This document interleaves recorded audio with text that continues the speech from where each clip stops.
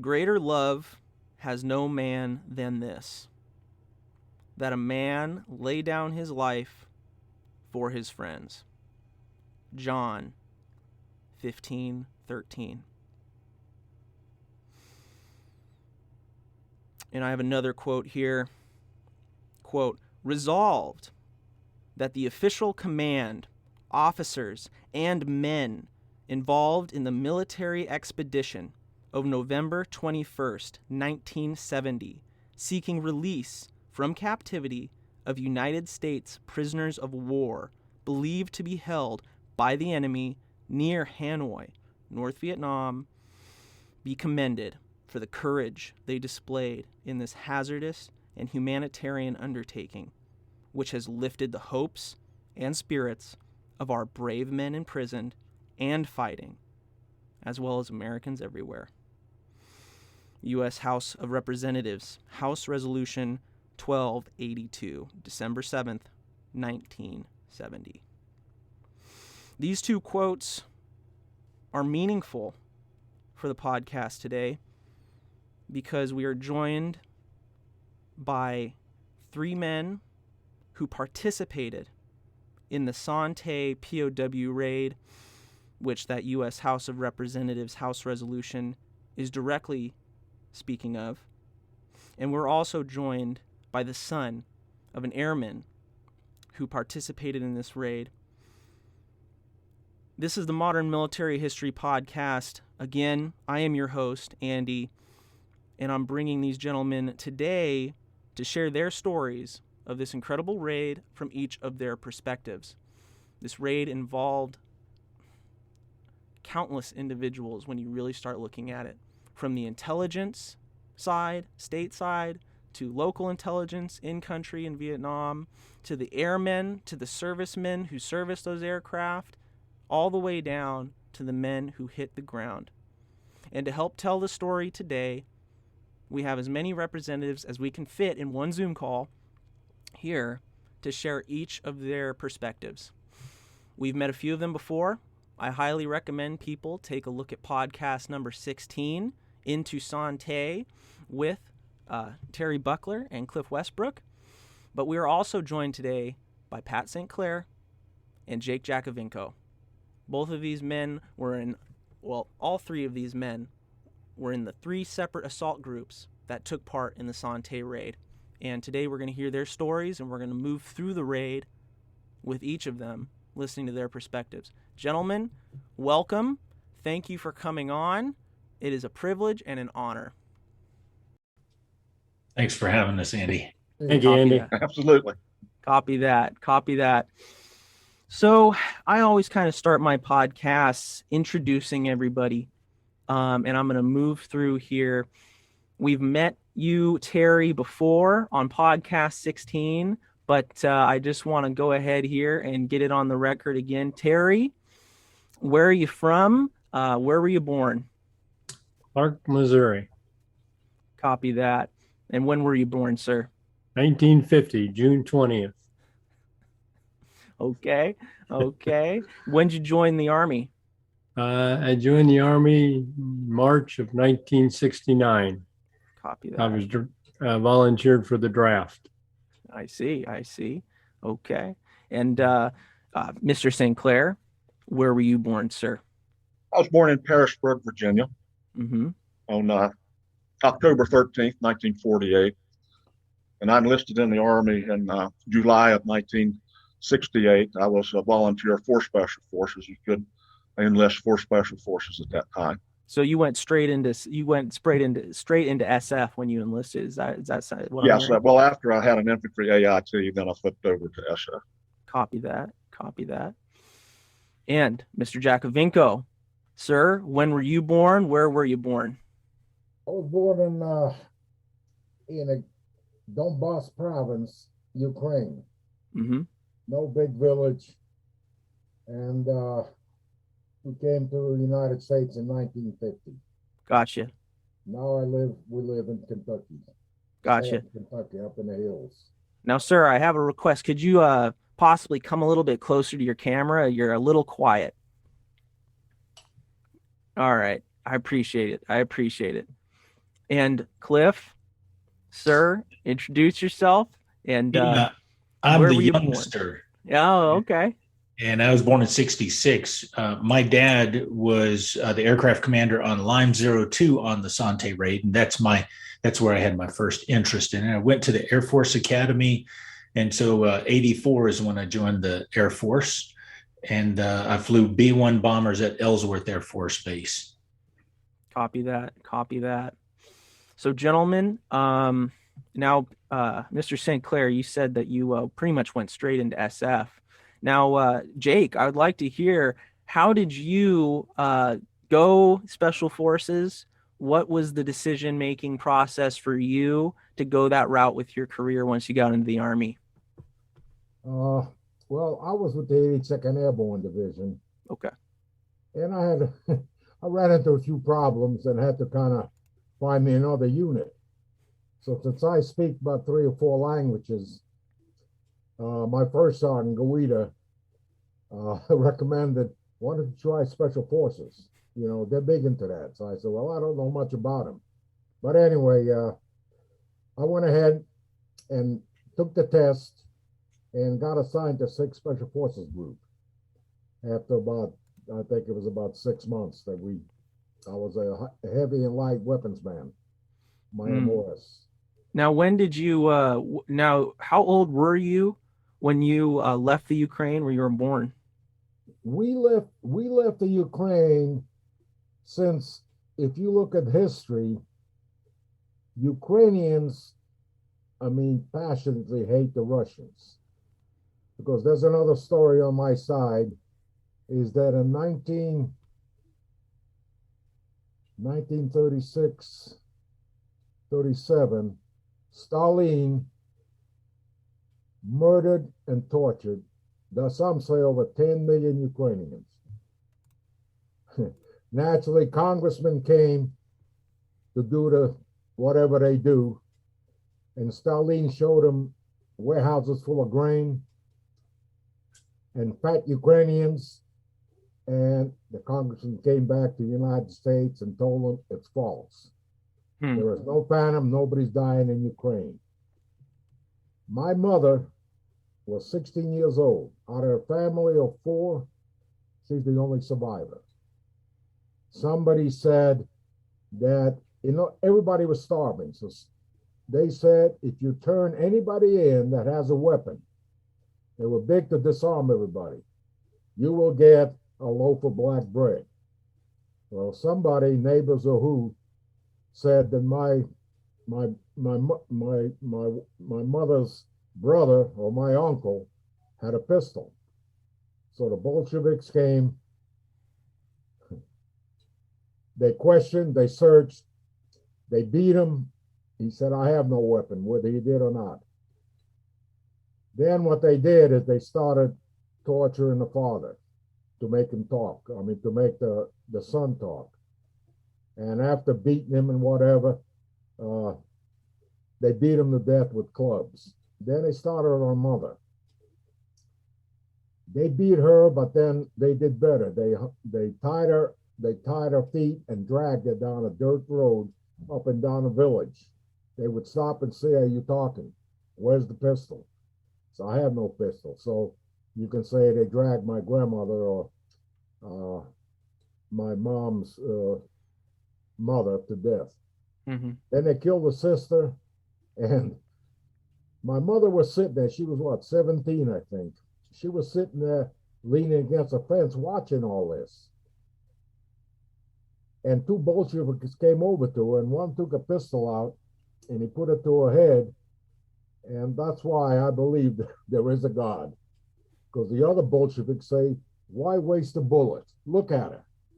She'll be dead by sundown. And they left her. Then they warned the villagers. They said, do not pick up the bodies. Let them lay there. That as an example of what happens to you if you have a weapon and we find it. So they laid there all night, and naturally everybody, animals, birds, everybody was starving. By next day, there was nothing basically but bones left. Dogs and birds and whatever, totally picked them clean. But the neighbors dug a small hole and just raked the bones into a small hole. And they took my mother in and they nursed her. She, believe it or not, she became well and she got a job in a coal mine. She dug. Ukrainians, Russians, if you know, the women do just as hard labor as the men do. Some of them are even stronger. So my mom was working in a coal mine, digging coal. She met my father, Kuzma, and they got married. And in 1934, I was born. My mom was pregnant and she was working in a coal mine, but the commissars decided, hey, she's getting too big in the belly, so they made her elevator operator to take the miners down into the mine. And her water broke, so the commissar he got another woman, and there was no ambulances, no hospitals, no nothing around them villages or anything. So they walked, and I'm not sure how far, to the village. And then a midwife brought me into this world. By 1941, the hatred for the Russians, when the Germans came in, we welcomed them with flowers. We thought they were our liberators. And a lot of Ukrainians went to work with the Russians. Matter of fact, my father, I think he was either a fireman or something, but they say they actually had a Ukrainian SS division. That's how many people that they had. Well, when the war turned sour for the Germans in 1941, the Russians came back, and anybody that worked with the Germans or for the Germans, you had two choices. You were killed on the spot, or you went on vacation to Siberia, the gulags. So my dad grabbed us, and we took off at night, and we started retreating with the Germans, believe it or not, with the German army. And Jake, how old were you when this happened? This is all for my mother and people. I was only a little over 1 year old. And so how did you get to the U.S.? But this is my mom talking and everybody, how did you get out of, and me asking a lot of questions later on. Sure. How did we, well, this is what came about, that we followed the Germans. And the Germans, believe it or not, were good to us. And by that time, and I'm not sure what, I always say that it's a journey of, a road of tears. I'm not sure what, but it's probably close to 1,000 miles from Ukraine. And then I'm not sure where in Poland that the first concentration camp we hit. And nobody knew about the Jew situation. They brought us in there, and believe it or not, we got showers. As a matter of fact, women were complaining because by now I'm a little bit older and whatever, but they put me with my mother, so I was in the showers with the women, and they were kind of complaining that little boy is too big to be. Well, anyway, we got showers, we got DDT'd. Yeah. All of a sudden, we knew something was wrong, because when we got on the freight cars, there was room to lay down, stretch, but nobody knew. And some of the Jews were gone. The second camp was stopped in, and I think maybe it was in Germany, maybe. Now this one, same thing. We got showers, DDT, got back, and now we got plenty of room. But this time, somebody said they're killing the Jews. And that's when we actually got to Berlin. Pop became a fireman again during the Americans were smoking Berlin. Matter of fact, it was 24 hours a day, I think. Right, yeah. The strategic bombing. Yeah, because the Americans had that Norton sights, they came in the daytime, I think. The British came the night. When the Russians came, nobody got out of bed, really. They were kind of worthless. But what really Americans did the damage is they bombed with phosphorus bombs. They were about maybe 3 or 4 foot long, aluminum, and they would put thousands of them. And when they exploded and hit the roofs, they would burn. They would burn all the way down. And sometimes, if you were still in a cellar and they got that far, you died. Yeah. Everybody kind of wanted to get out of Berlin because we could hear gunfire, small automatic weapons, that they were closing in. Then later, now I find out what happened is that the Americans decided to stop. Yeah. And let the Russians enter Berlin.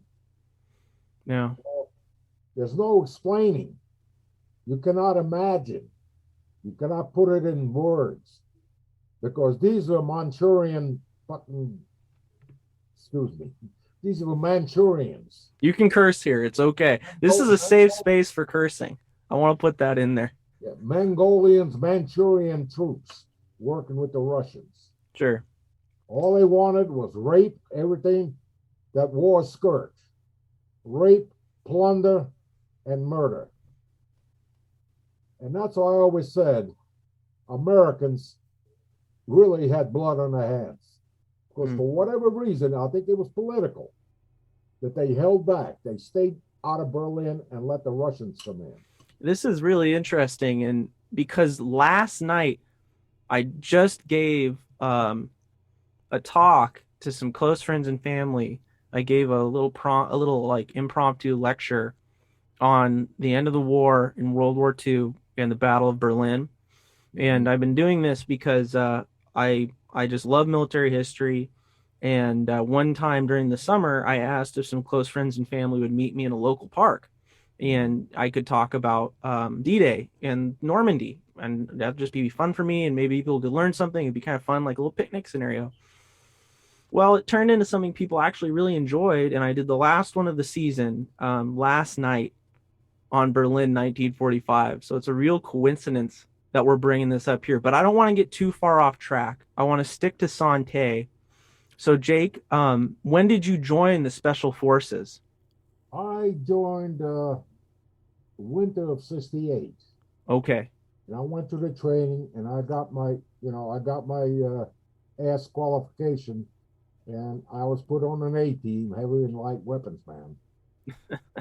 And we did Moxnick's work, and then 1970 came around, and believe it or not, I don't know if we're ready to talk about Son Tay, but we'll get there. Right now, we're just introducing everybody, and so that's how you got into SF. Now, I want to pivot to Mr. St. Clair, but I want to say, Jake, your video has gone off, and I'm wondering if maybe you could get some help getting that video put back on while Sorry, Andy, but you're cutting out. Okay, I'm sorry about that. I just wanted to let you know, Jake, your video is currently turned off, and I was wondering if you might be able to get that turned back on while we pivot to Mr. St. Clair. So, Mr. St. Clair, I don't know if you can hear me or not, but I cannot hear. All right, looks like Mr. St. Clair is having some connectivity problems. Can everybody else hear me? Yeah, I can hear you pretty well. In which case, fine. Mr. St. Clair, if you can hear us, just hang tight. We'll get to you when we can. So, Cliff, we're going to pivot to you. So your dad was the aircraft commander for Apple II. Is that correct? It's for Lime 2. So this Lime was 2, excuse me. one of the HC-130P model that is for tanker, and specifically one of those probe and drogue. So sure. The formation was going to require refueling 6 helicopters in a kind of a V formation, like a geese flying across, and that's an unprecedented formation. So how did your dad get hooked up with Special Forces units, and how did he get on the slate to be one of the airmen participating in the Son Tay Raid? How did he kind of get in that specialized niche? These gentlemen got into Special Forces, but your dad, it seems, highly skilled individual, and started doing highly skilled operations. How did he start kind of getting into that specialized MOS? My father was at Cameron Air Base. People know it as Cameron Bay. The base is Cameron Air Base, and they were in a TDY, temporary duty, every week to Udorn, Royal Thai Air Force Base. And their mission was primarily rescue. They're the Aerospace Rescue and Recovery Services. Sure. They were constantly on alert, a 24-hour orbit. And I should say, I'm sorry, let me say that again, daylight orbit. They didn't orbit at night. There were no rescues of pilots or, downed crew at night. It was all done during daytime. So throughout the day, there was always at least one of these aircraft, HC-130P, on orbit. And their mission would be to get there as quickly as possible wherever there were downed crew or anybody that needed rescue. It could be over the ocean. It could be Army behind enemy lines. They'd get the radio contact as quick as possible. They would drop supplies. So they would be able to get there and sort of have that command and control role. But then immediately, as soon as it was located and it was safe to do it, an HH-53 would take off from one of these bases. Udorn is a very, very common one there, and would go to where the downed crew was. And they'd usually be accompanied by A-1E Sky Raider aircraft that can really put some firepower on any threat that's approaching the air crew. And so that was his mission for the 12 months that he was in Vietnam, which was the 12 calendar months of 1970. And so when the Son Tay Raid came to town, which was literally 1 week in November, in other words, he was only made aware of the Son Tay Raid 1 week before it happened. They were already prepped for this for the skills needed for it. Sure.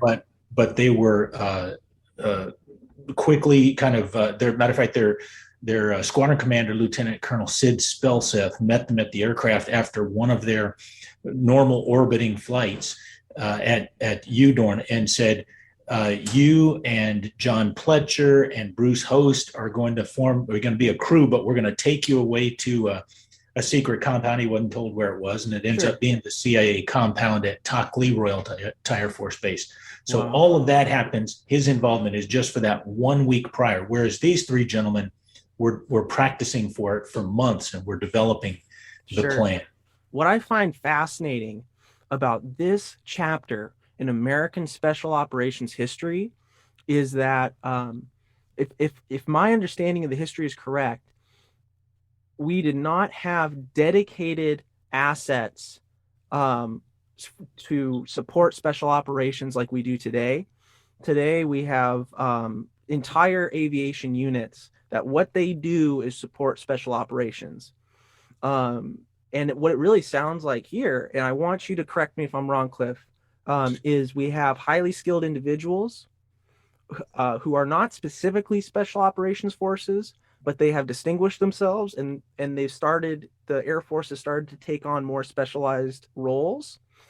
And they were handpicked, kind of cherry picked out of the available pool of men for this raid.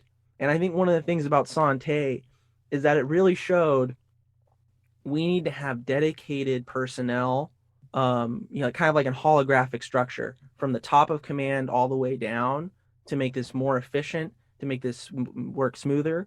But am I getting things correctly there in terms of my assessing of then how things were done?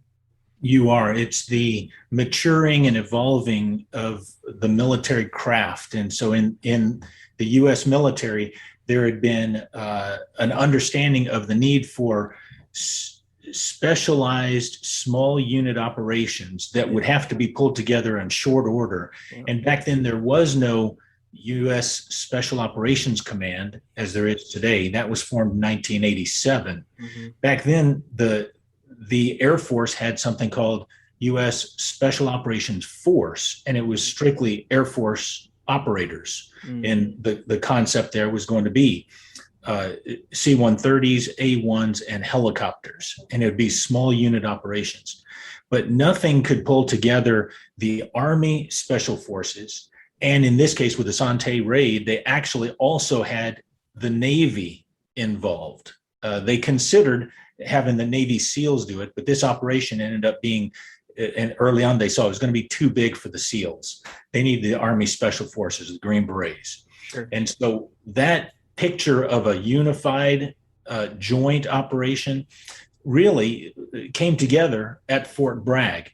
And today it's represented when you go to Fort Bragg, which is where Terry and Jake and Pat were. They have Pope Air Force Base and Fort Bragg right there together, and they can deploy quickly. And they've got all this experience. Back then, in 1970, the only place where all those assets come together is at the very top of the pyramid. That's at the chairman of the Joint Chiefs of Staff. Yes. And therefore, this mission was under the direct command and control of the chairman of the Joint Chiefs of Staff, Admiral Thomas Moore. Yes, it really, the more I read about, and this is crazy because, gentlemen, I can only read about this. You guys were there. Cliff, your dad was there. And that is why this is so great that we get you guys to be here today and overcoming technology and the difficulties therein. Pat, you're back with us. Mr. Yes, St. Clair, may I call you Pat? Yes, absolutely. Now, I had a little flash came across the computer, says your connection is unstable. Then it took me off for a couple of minutes. Copy that. That's okay. But we have enough people here where we can pivot and just take your time and rejoin us if you can. But, sir, what I'm doing here is I'm asking everybody how they kind of started getting loaded into the chute to end up on the raid. And sir, how did you get into, you said you wanted special forces from the very beginning. Talk about your entrance into SF and how you earned the coveted Green Beret. Well, I guess, just like anything, it's how you view things. And of course, Madison Avenue was at its best at that time. The number one song in 1966 was by Barry Sadler, the Ballad of the Green Beret. And John Wayne came with the movie. Then when it was, time to make up my mind if I want to go in the Army or not, I said, well, let's go for Special Forces.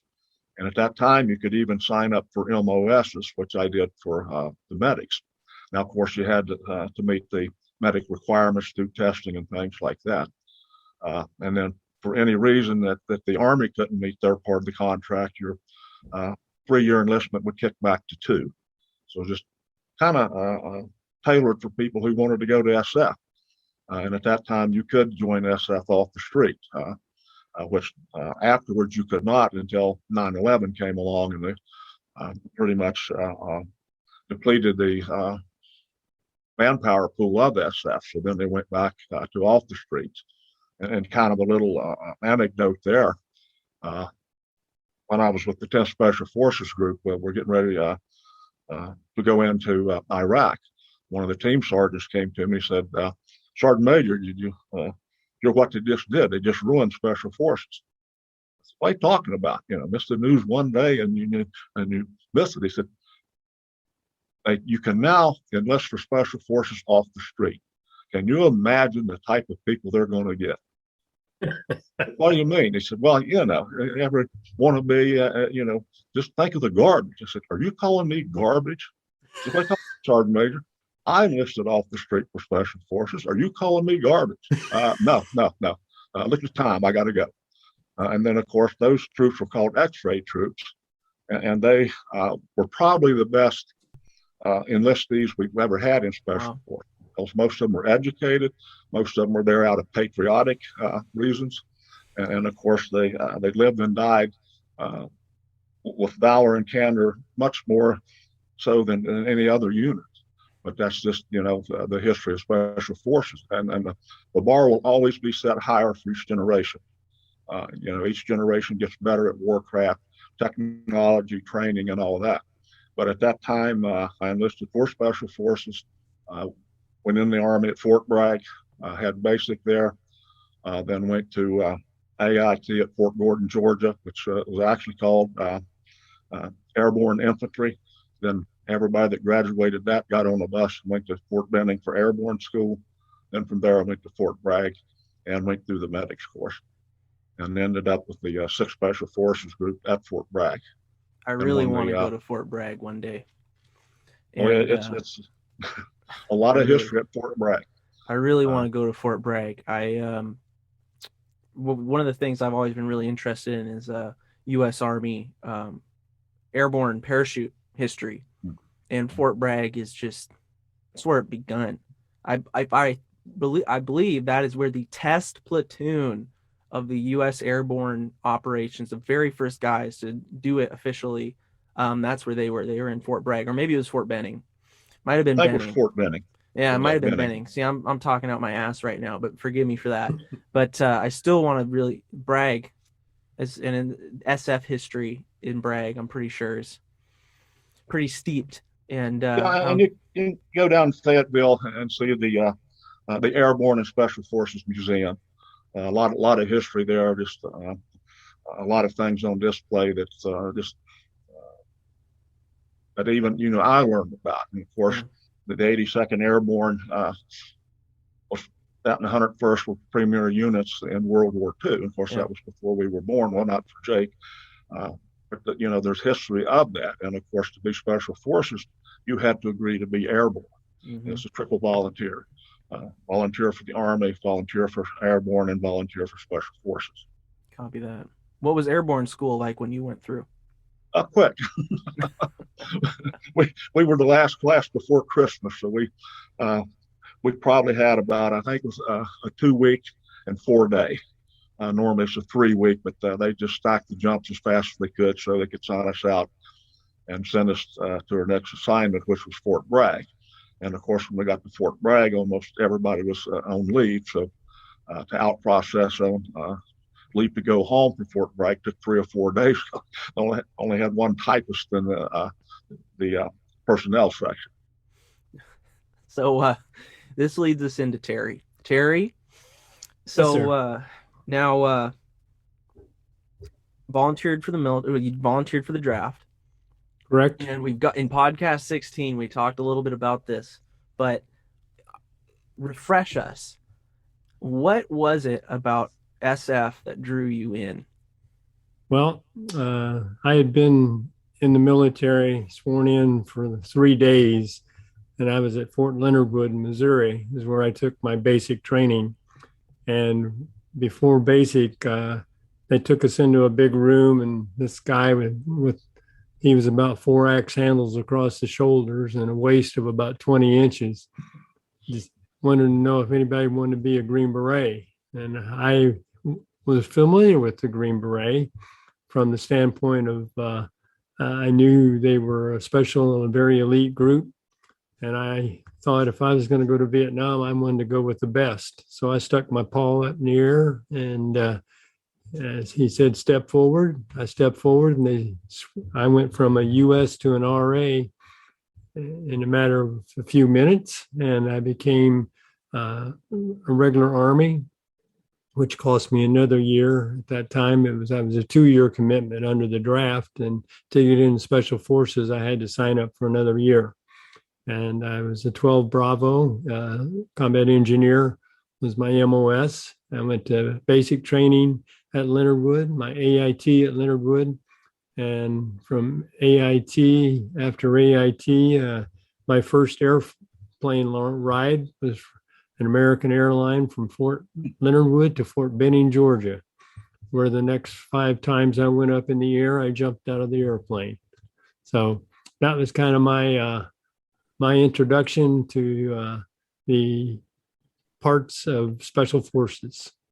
So pretty cool. First time in an airplane, you went to go to airborne school to learn how to jump out of airplanes. That's pretty good. That's right.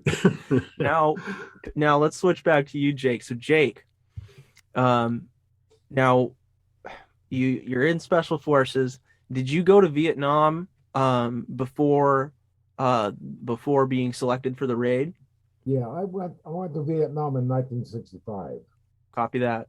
Were you an advisor at that time? Well, no, what happened is, if you remember, Drang Valley, the first Cav, which our company, I was with the 501st 2nd Battle Group 501st Infantry. Oh, okay. You're still in the 82nd. Okay, sorry. Yeah, Yeah, you're in the 82nd at this at time. Fort Bragg. And what we did was first, at that time they wanted to be called 11th Assault something.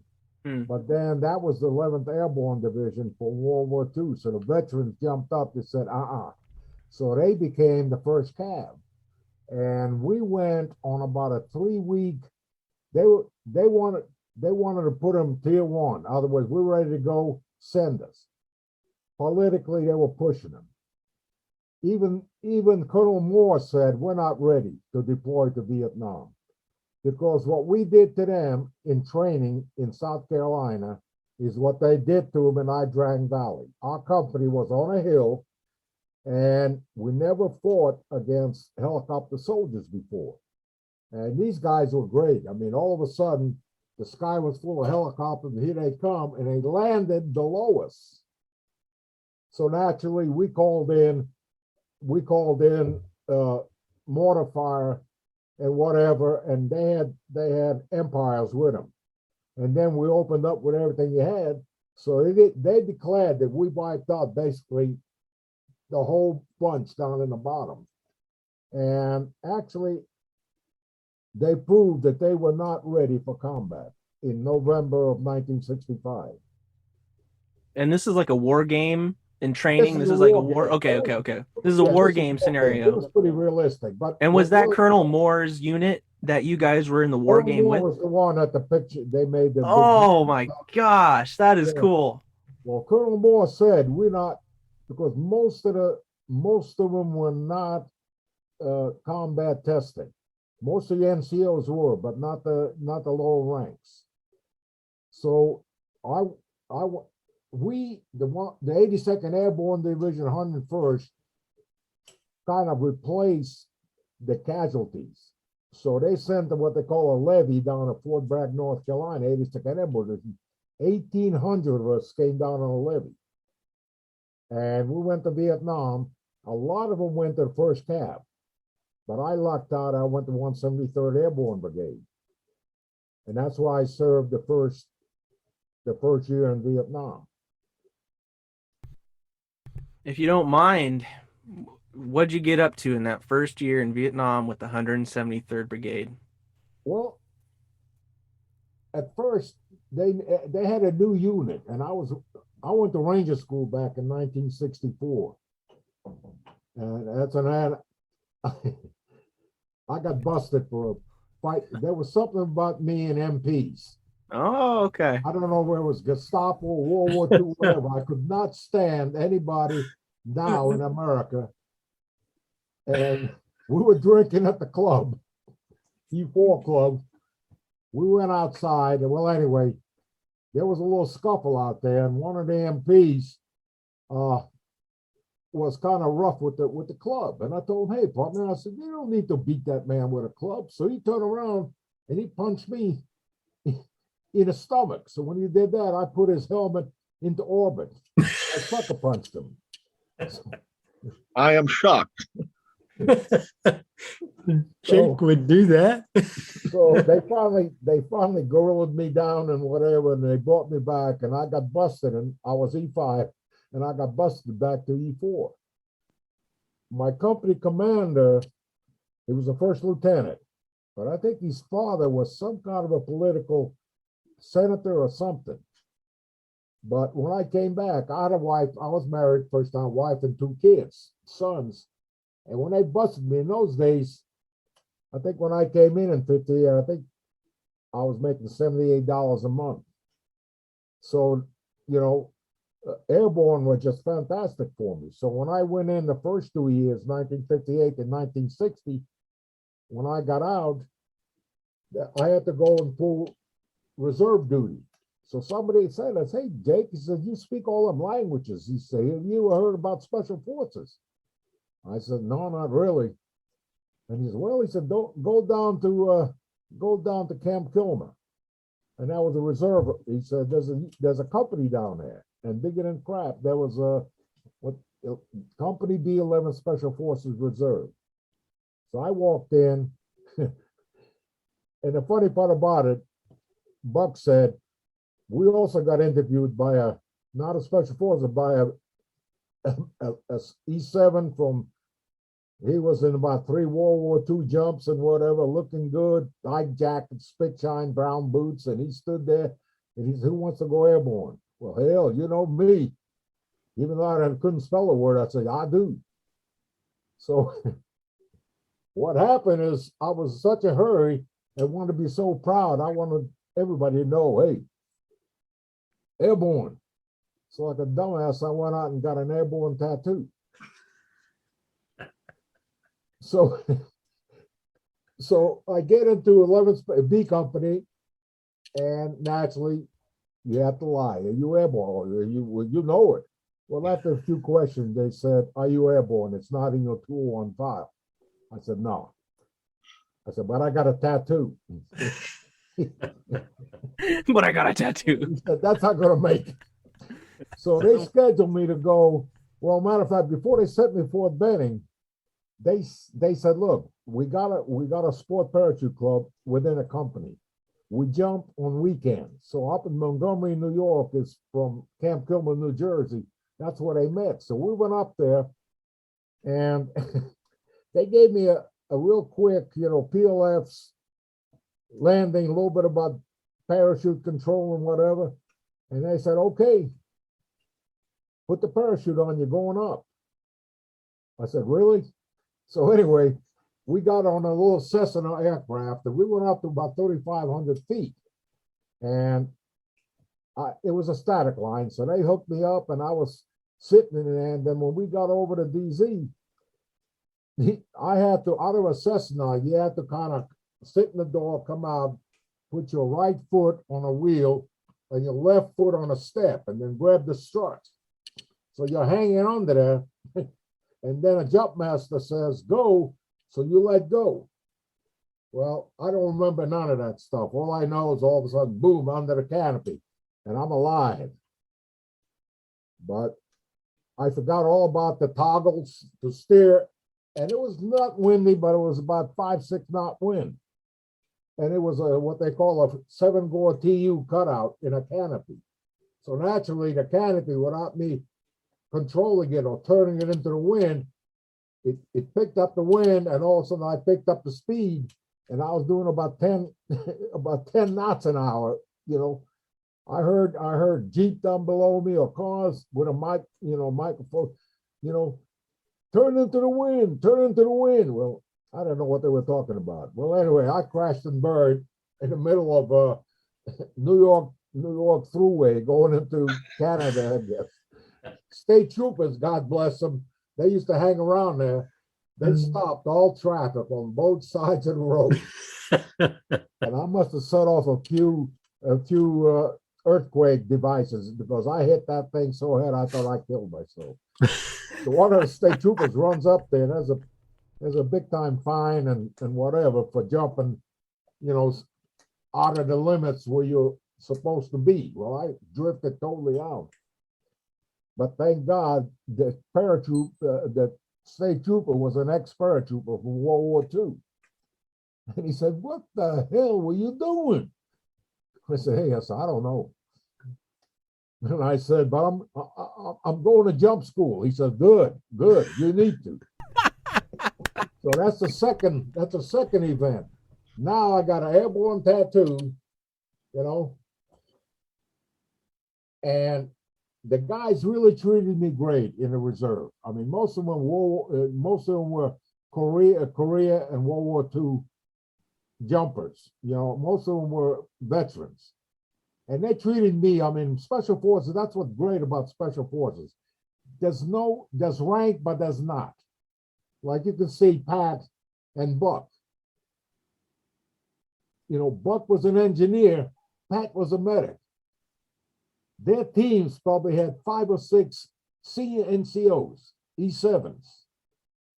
But there was no rank, whatever. There was no such thing as, Pat, you're on E4. You got guard duty. Everybody pulled guard duty. Everybody did. There was no mention of lower rank, because that E7 does not know what that E5 knows, a medic or Buck being an engineer. So it was kind of a, thing that we needed each other. That's what made us so tight on an A team. Copy that. So they said, well, Jake, they said, I don't know. They said, never heard of everybody making jump school with an airborne tattoo. Let's start making a bag of feces and throw it in the black hat's face saying, hey, you can't hurt me. So they said, you're going to have a hard time with the tattoo. I said, I'll put an ace bandage on it. And I was in pretty good shape, 21 years old, whatever. But this is 1961. So I put an ace bandage, report. I had a beret on, blouse boots, but no wings and no what they call flash on your beret. But I reported up there. And since I was in E5,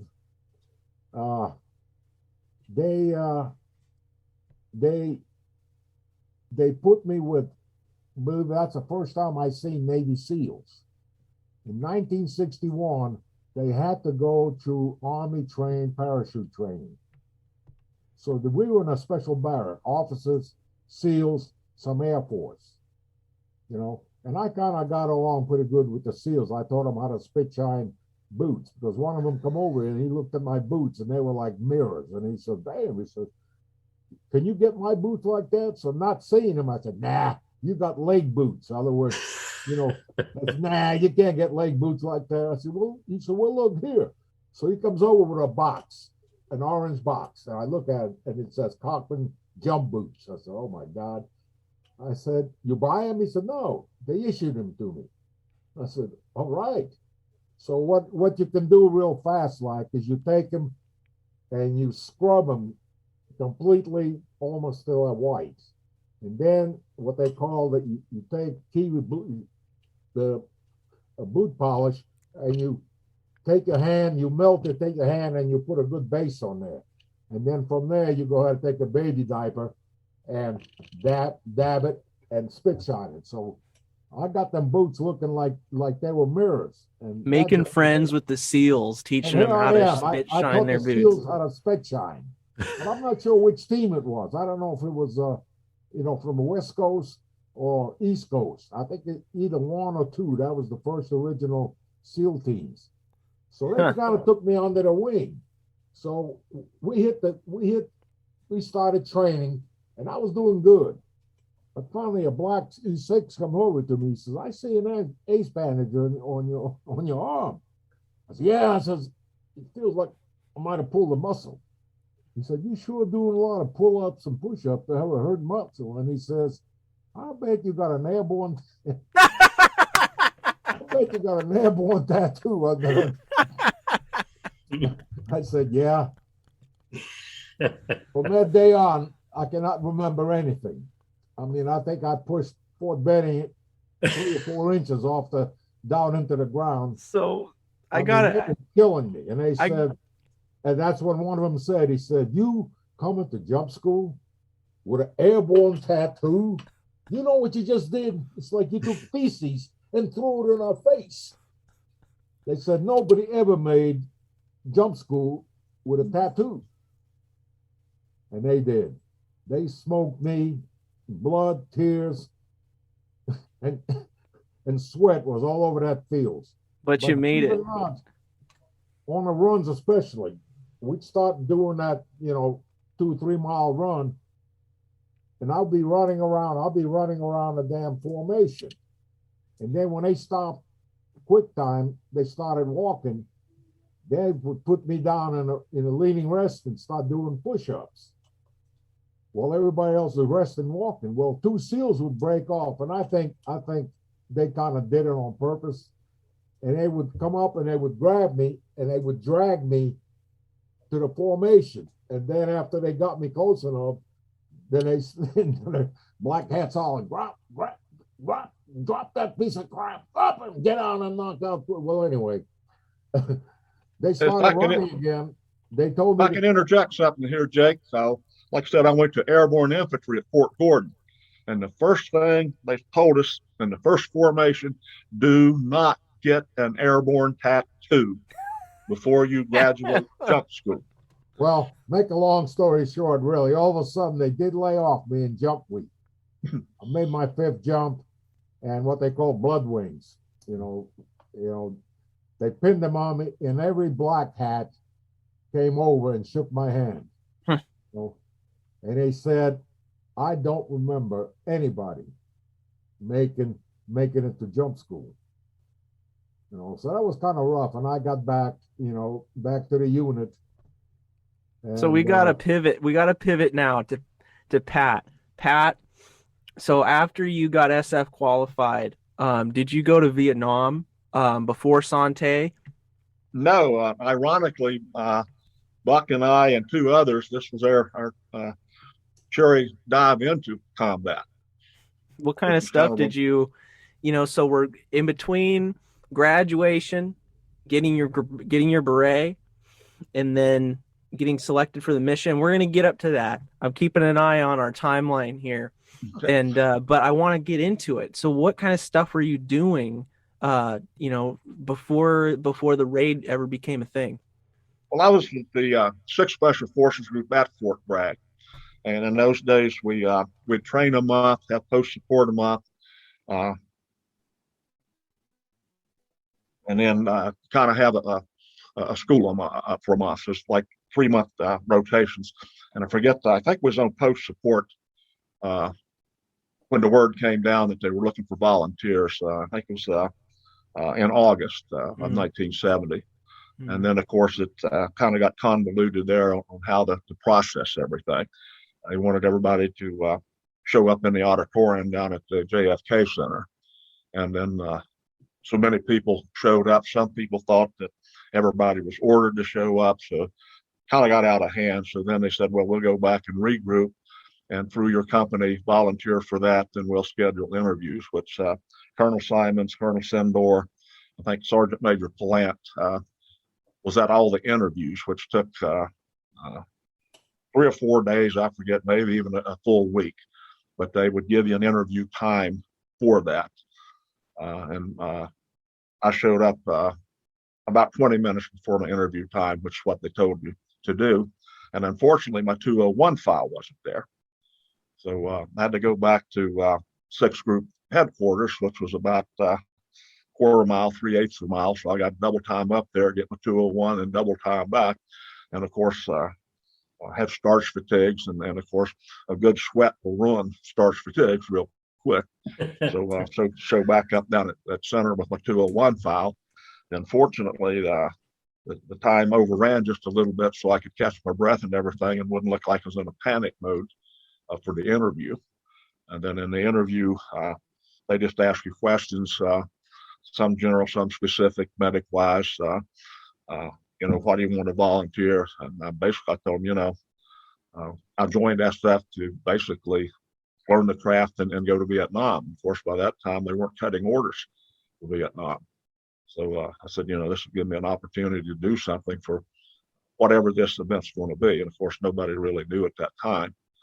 And then they said, we'll host the people we've selected later on. I felt I had a pretty good interview, and never could prove it, but my team sergeant back at Bragg was Billy K. Moore, who had a lot of pull. He was just one of those extraordinary soldiers. He would never admit it, but I kind of got a feeling he put in a good word for me. So when the list was published, that's how things work out. Sometimes that's how things work out. He was an extraordinary soldier, warrior. So when they posted the listing of who was going down, I was on it. And Buck and I actually went down on the advance party. We went down, I think it's about a week before everybody else did, to set the barracks up and just, get ready for everybody else to come down. And when they came down, then they started general training, nothing specific, just kind of review of Special Forces craft. Then after a couple of weeks or whatever, they put us into 3 platoons. Now, at that time, I was, they actually had 4 platoons. The 3 that was going on the raid, then the 4th one was the support platoon, which I was in. Ironically, I was the last person selected for the raid, just a week or so out before the raid came off. And I always confused people because I always tell them I was the youngest person on the assault force, which I was. But that in turn, gets embellished that I was the youngest person on the raid, which is not true. Buck was. So I always confuse people when I tell them I was the youngest one on the assault force. But that was, basically how we got there. The training in Florida was unique. I mean, it was 24/7. Copy that. And I think Friday night. We'll get into it here. First, I want to ask Terry, Buck, if I may call you Terry. I mean, I call you Buck, or is this an honor just for Raiders? Oh, no. Okay. A lot of people call me a lot of worse. I'll just call you Buck. So, there Buck, you go. What was your interview process like?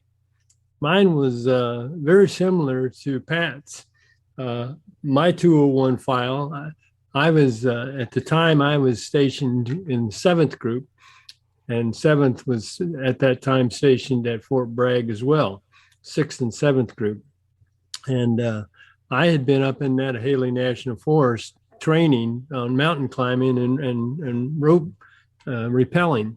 And I was sent back. I was working with a bunch of E7s and E8s and I was the young pup at that time. So going up and down the mountainside was my job of showing officers how to tie knots, how to rappel and things like that. But I had gone back to Fort Bragg to get some supplies. And one of the guys in my platoon had told me that, hey, there was a big deal going on down at Fort, at the little White House, we called it, which was JFK Center. So I thought, well, I got some time to kill. So I went down there to find out what was going on. And when I got down there was, I would say at that point it was pretty full. And I'd estimate probably 500 folks that were sitting there. And then when Bull Simons came on, said that he was looking for volunteers and it was a moderately hazardous mission. There'd be no TDY, which cut out a lot of people. And then if you were interested, bring your 201 file and go through the interview process. Well, I was sitting and waiting. And the interview process was at one of the company buildings there. And as I was sitting out in the hall waiting to be interviewed, the 2 sergeant majors that were doing the interviewing walked by me. And I thought, where in the hell are they going? And I hollered at them, which being an E5 is not the smartest thing to do to a command sergeant major.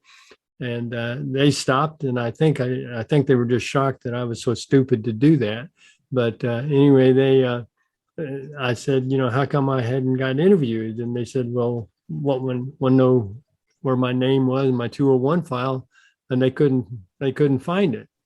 And so one of my roommates, I lived off base at the time, worked at headquarters at 7th Group. So that night we went down.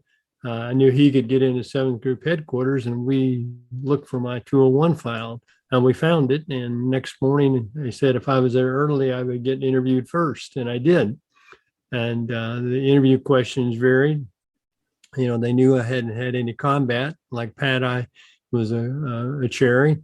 And so they asked me if I knew how to weld. And I said, well, yeah, I can weld because I grew up on a farm. And my neighbor used to weld a bunch of stuff for us as we broke it. I thought, if Sam could weld, I could weld. And they never asked me to prove it. So they wanted to know if I was scuba qualified. And I said, no, I wasn't. And not at the time anyway. So anyway, I got my deuce and a half and headed back up to Natahaley. A couple of days later, our colonel called me into his office there at, when we were training and told me to pack my bags. I was going on the mission. And so I came back to went through the process. And like Pat said, we went down on the advanced party, and there was about 25 of us in that ring.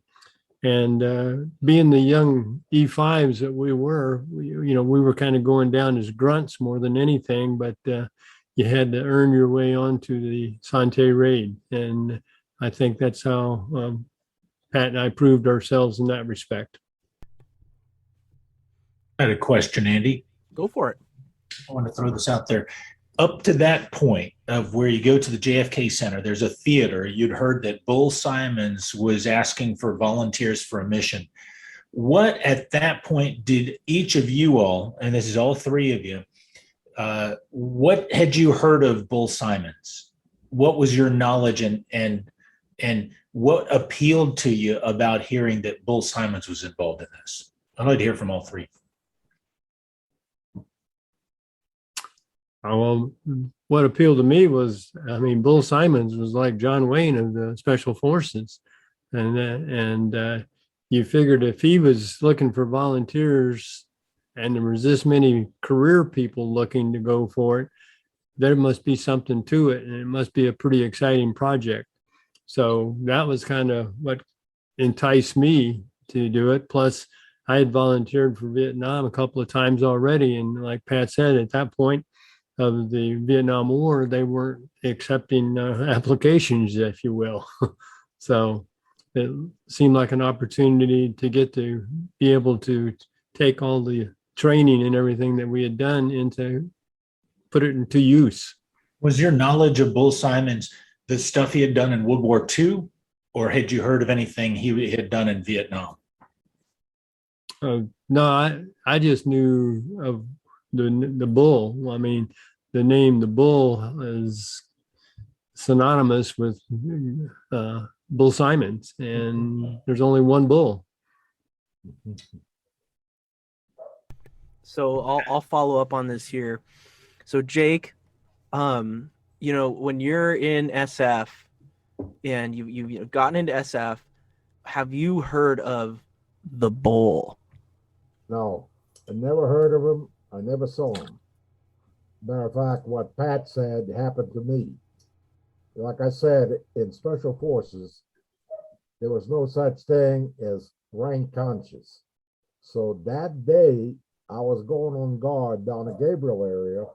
I was E7, Sergeant First Class, and I had guard duty that night. So they told me to go to battalion, Joya 45, because we had Gabriel Airs, where they, if you remember that movie, Green Beret, where that team out of the 7th group came up there and told you the capabilities, I speak blah, blah, blue, blah, blah, blah. Well, anyway, that area got a place called a DC Village, where people actually dress like DC, they're cooking, and animals and whatever, exotic, southeastern animals down there. So they had to pull guard on it. So I'm drawing my 45, and all of a sudden the Command Sergeant Major battalion, he says, "Damn it, there's one right there. If I ever see one, that's a volunteer." I said, "Oh." I said, "Volunteer, I speak English now. Volunteer means I say, not you." He said, "Damn it, Jake, just get your ass down to the damn auditorium tomorrow." Because evidently they were worried that not enough people would show up, as fantastic as Colonel Simons was. So I said, "Well, does that take me off guard duty tonight?" He said, "No, you pull that damn guard duty, turn your weapon in tomorrow, and then go." So I went, and I mean, the auditorium was full.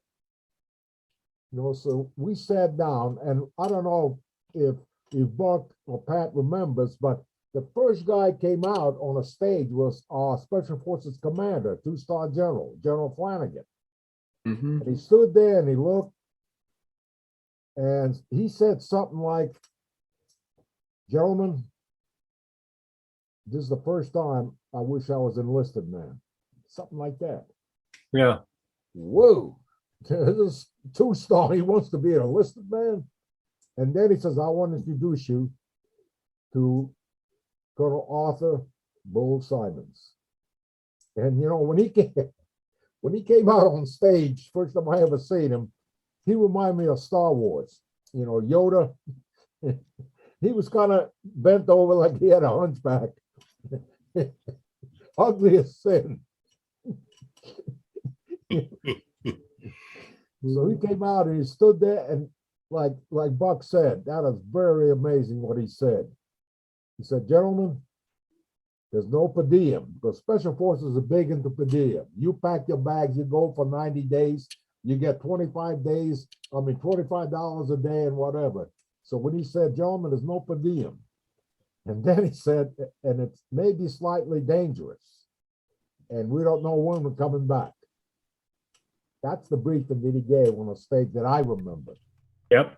How'd that make you feel? What when you heard that? How'd that hit you? Well, I just did. You know, it just did. The guy amazed me. When I seen him, I immediately fell in love with him. Bull? Yeah, something as ugly as that. You know, I mean, really, there was something about him. Wow. Just like a magnet, you know? That's incredible because you know, Terry, you've heard of the Bull up to this point. And now you're seeing him. Jake, you've seen him for the first time in your life and you're immediately, it's like a magnet. You're like, this guy is for real. Now, Pat, what was your response to the Bull? Well, I was like Jake. I had really never heard of him. And of course, in the process, you talk to some other people who were interested in it. Of course, he was a legend in Special Forces. So you kind of pick up a little bit from your teammates and other people. But I'm like Jake. I remember General Flanagan saying, "This is the first time in my life I wished I was an E7." But the Bull just had what we call command presence. You knew he was there. You knew he was in charge. And like I said, he wasn't the most handsome man in the world, but you definitely knew that he was in charge. And something like, you know, of course, people made their money on per diem. That would really, really pad your paycheck quite a bit for the per diem money. So when he said no per diem, that eliminated a lot of people because they weren't going to make money on it. And they said, you know, it's relatively dangerous. And if you come back, it should be before Christmas. And of course, this is like August. So, okay, that's, you know, thinking ahead pretty good. But yeah, the Bull, from that point on, indelibly in your mind who he is. Then, of course, later on, you learn of these spectacular, he and General Blackmer's ordeal in the Philippines, how they just went up in the mountains, formed their own military, and did an extraordinary job with the Philippine guerrillas. But yeah, he was a true warrior in that sense. I just love this, you know, all three of you have recounted the terminology might be a little bit dangerous. It might be moderately dangerous, might be relatively dangerous. This is incredible because when you guys finally got the brief in Terry's book, Who Will Go? I mean, Bull comes out and tells you guys, he says, this is 50-50. We're either compromised and we're going to be fighting to the death or we're not. So they might have been understating a little bit before you guys got off to training, but it's a pretty good way of cutting the fat of the guys who are just in it to make money. You know, who's dedicated, who wants to be a part of something moderately dangerous. And this is leading us into when you guys are all selected, you've gone through your interview process. Pat, go ahead here and take us into where'd you go from there, and when did you guys go down to the Eglin Air Force Base in Florida? Like, what was that process from getting selected to getting to the training site and beginning your training? Well, I think we went down to the first week in September. I think we went before Labor Day, didn't we, Buck? Do you remember? Yeah. Because everybody's getting ready for the Labor Day long weekends and all that. So we went down to set up the camp, so to speak, was out on Auxiliary Field 3, which is squarely in the middle of nowhere. And Eglin is a huge Air Force base, you know, thousands and thousands of acres of Florida. So once we got down there, we basically got the buildings in shape and just got ready, kind of reception committee for everybody else when they came down. The first couple of weeks, like I said, was just, you know, getting in shape, calisthenics, road marches, patrolling. Then after they started settling down a little bit, the commanders of each of the three groups were at that time selecting the personnel that they wanted. And what was nice about this, they were allowed to select the people that they thought was best suited for them. In other words, nobody came over to them and says, hey, this is my good buddy, I want you to get him on your team or whatever. No, it was all task oriented. They knew what they wanted and it changed. I mean, you could be on one of the teams one day and be back on support platoon the next day. So it was kind of always in motion, and that's how I ended up on it. They had a vacancy, then we had a tryout, which basically consisted of shooting, nighttime shooting. We're not aware of it, but 4 of us tried out for it, and they had the silhouettes. They just put silhouettes up at night, and of course they do the flare drops and all that. And the others on the Blue Boy Assault Force were told, do not shoot the silhouettes. The guys trying out for it are the only ones shooting the silhouettes. And that way they could look at how many rounds you fired and how many hits you had. So basically I was hired for my shooting abilities. And was this nighttime with just open irons? You're with irons at this time, or have you gotten your single points? No, we had the single points at that time. The single points have arrived. I just did a conversation with Terry. We made a podcast where we kind of dug into the single points, because this is the first time in special operations history a red dot optic was used, and now it's ubiquitous. Oh yes. So they showed up, and do you kind of remember about how they arrived, how they got issued? That was before I joined the team, but the history of it is Captain Meadows had been to a trade show, precursor of the NRA trade show. NRA didn't have it at that time, but he happened to see one at the show, and basically it was for hunters. These things were come out of Scandinavia, where night hunting's legal. And what was unique about it, the dot was red in the daytime and green at night. So it had the tritium or whatever the radioactive element is, so it would glow at night. And all you had to do was look at the target and bring the dot up to the target, then press the trigger to the rear. So it made nighttime shooting a lot more accurate. And the Celsius Scouts in South Africa, I think, had used them first in like 1968. So just by going to a hunting trade show that Captain Meadows was made aware of it.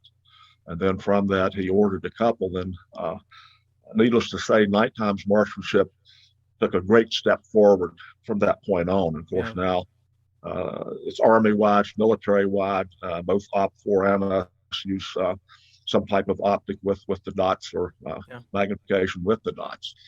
But as far as we know, that was the first big-time use of it. There's history says that maybe some of the CCN or CC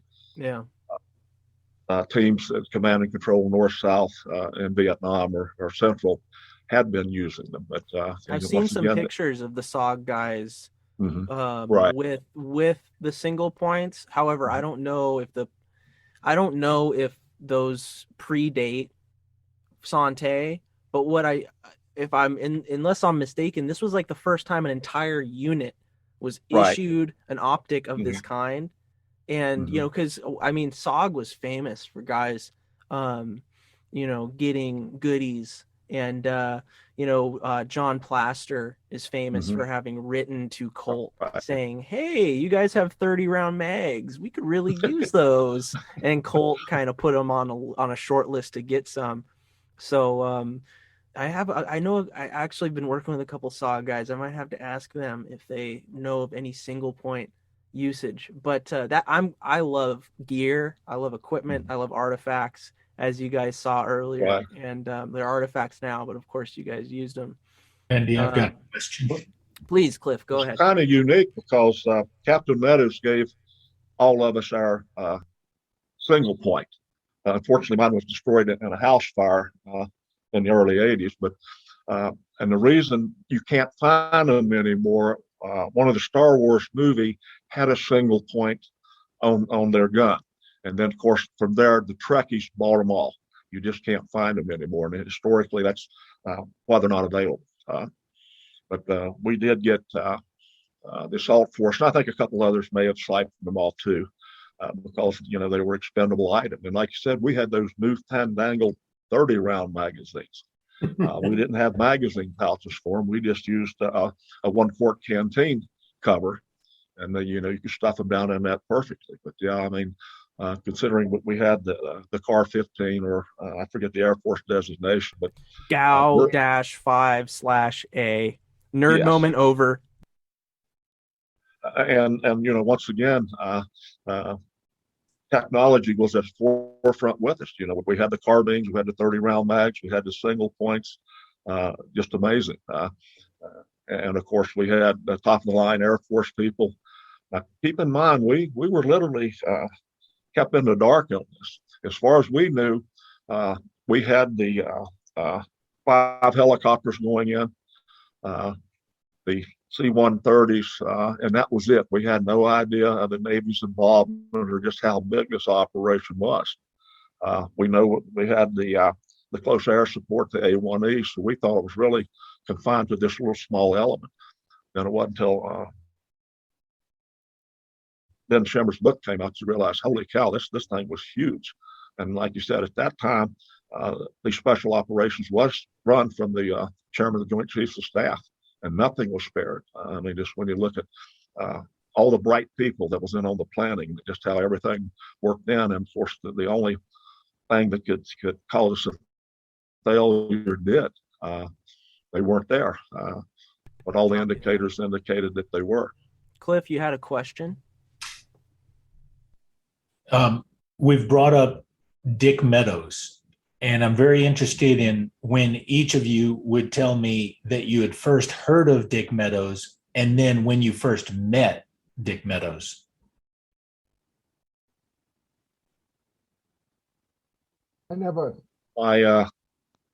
My connection may be unstable. I got that little flash again. The first time I met Dick Meadows was in Florida when we went down there. And unfortunately, I was new in SF and didn't know the legend behind him. Because Dick Meadows was a true quiet professional. He's kind of unassuming, but he was just a natural-born leader, and he had abilities that were just unfathomable on what he could do. And he and Colonel Sindor had worked together in the early 60s rebuilding the British SAS. And it was in the book, The Quiet Professional. I was not aware of this, but Dick Meadows was the one that brought Colonel Sindor on board.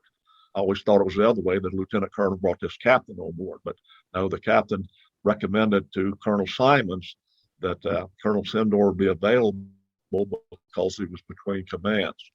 So wouldn't stir up any notoriety that he would end up at Fort Bragg or Eglin because he didn't have to leave a command to do it. I mean, they were very security conscious on this. The OPSEC was amazing. But yeah, Dick Meadows was just a warrior with just unfathomable abilities. I mean, he could forecast things, he could see things, and he'd been there and done that. This is a 19-year-old master sergeant. And I always thought he made master sergeant in Korea. No, he was top of the game. He made master sergeant before he went to Korea. And then, of course, his Korean service was just outstanding. I mean, that's where he got his start.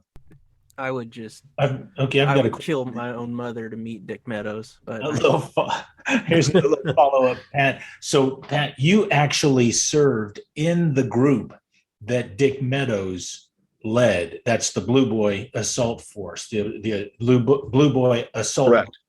So you were on that HH-3 helicopter with him. But when was the first time you met him face to face, and was he involved in you getting picked? Yes and no. When the vacancy occurred on Action Element 1, Captain Dan McKinney was in charge, and he was given the leeway to choose whomever he wanted. And of course, and Billy K. Moore was on the assault force, and I'm pretty sure he probably put in a good work for me. But my ability to shoot at night with the single point, and then of course, as a courtesy, McKinney run it by Captain Meadows. Does this person meet your standards for it? And of course, Captain Meadows said, sure. And that's when I was first introduced to him. This is Captain Meadows. He is the assault force commander. But he, like I said, he was an exceptional warrior.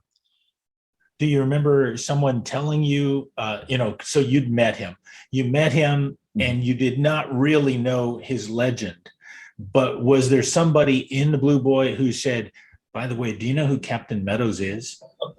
Well, actually, talk like that didn't exist, because like Jackovenco said, we're all there. You're contributing, you're part of it. Me being a medic, I was, being a medic's part, an engineer, commo man was a commo man. But as the group living, we lived in open barracks. So, you eventually got to know these people through their reputations. But like Buck and I, we're off the street into special forces. We'd seen the movie and heard the song, but we really, there was no blueprint saying who was who. There was no order of battle saying, okay, Colonel Simons is the colonel or Dick Meadows is the captain. But you pick that up just by working with them and just how they carry themselves. And once again, these were exceptional people. And that's why it worked. I mean, they could do exceptional things. They could plan exceptionally. They could execute exceptionally. And like I said, Buck and I were just proud to be a part of it. Amen. I remember the first time Probably we were a little bit over our heads, but we had the energy and the desire. We had desire that nothing was going to cut us out, short of having an accidental death, training death or something. But that's what we wanted, and we were willing to sacrifice. I know there's a lot of days that Buck and I may have gotten 2 hours sleep if we were lucky, because we would do extra training. We're back on the support team, but we would agree to do training with the different elements. And that's how I was picked up to train with Blue Boy, although I wasn't a part of Blue Boy at that time. First time I met Dick was actually he and Bull Simons were going, when we first got down there on the advanced party, we had a building that they did all the planning in, and they swept it for bugs and everything. And then we threw concertina wire around the building, had a field phone going inside. Anybody who went in that building had to be escorted in by somebody inside the building. And first time I met Dick Meadows, I remember meeting him anyway, was when Bull Simons and him were going into the building, and I called in and said, we had Colonel Simons and Captain Meadows here, and the name really didn't jump out at you, but I was probably impressed more with the Bull at that point than I was Captain Meadows. But again, Captain Meadows was one of those guys that carried himself, I wouldn't say he was braggadocious or by any stretch of the imagination, but he was just a good soldier and cared about his people. And that's the way I was introduced to him.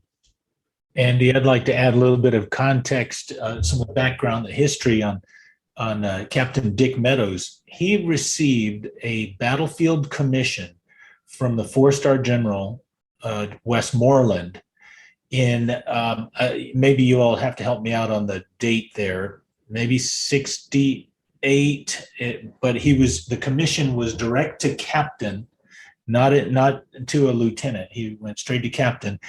And it was because he and his MACV SOG unit had gone behind enemy lines into Laos and proved with video evidence that the North Vietnamese were violating what they were saying to the world, which is that they were not sending NVA, North Vietnamese Army regulars, down into South Vietnam.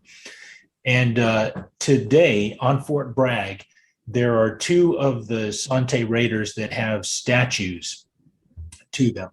And one is Colonel Bull Simons, and the other is Captain Dick Meadows. Cliff, I really appreciate you adding that in.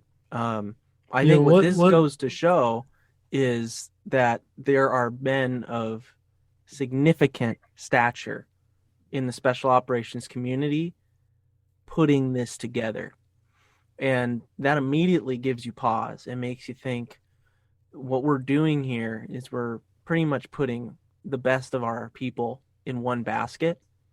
And I think what's important to understand about this is the priority our country is giving to this mission, the priority we are giving to getting our people back. So many people today do not understand the heroic efforts that were put into POW rescue during Vietnam.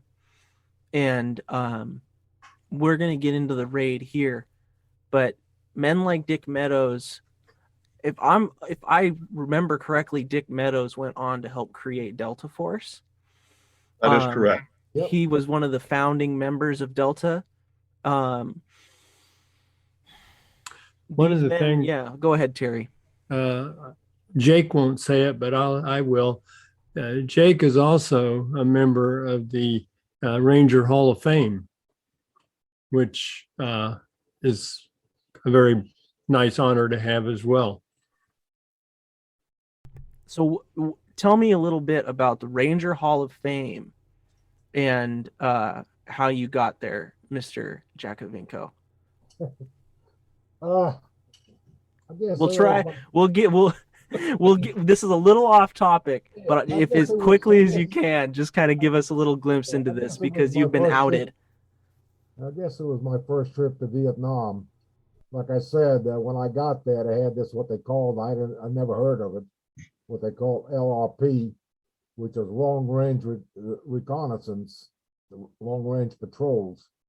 But anyway, I had a Ranger tab, so they were looking for E5s, team leaders, and they had to be Ranger qualified. So, matter of fact, I got snatched up by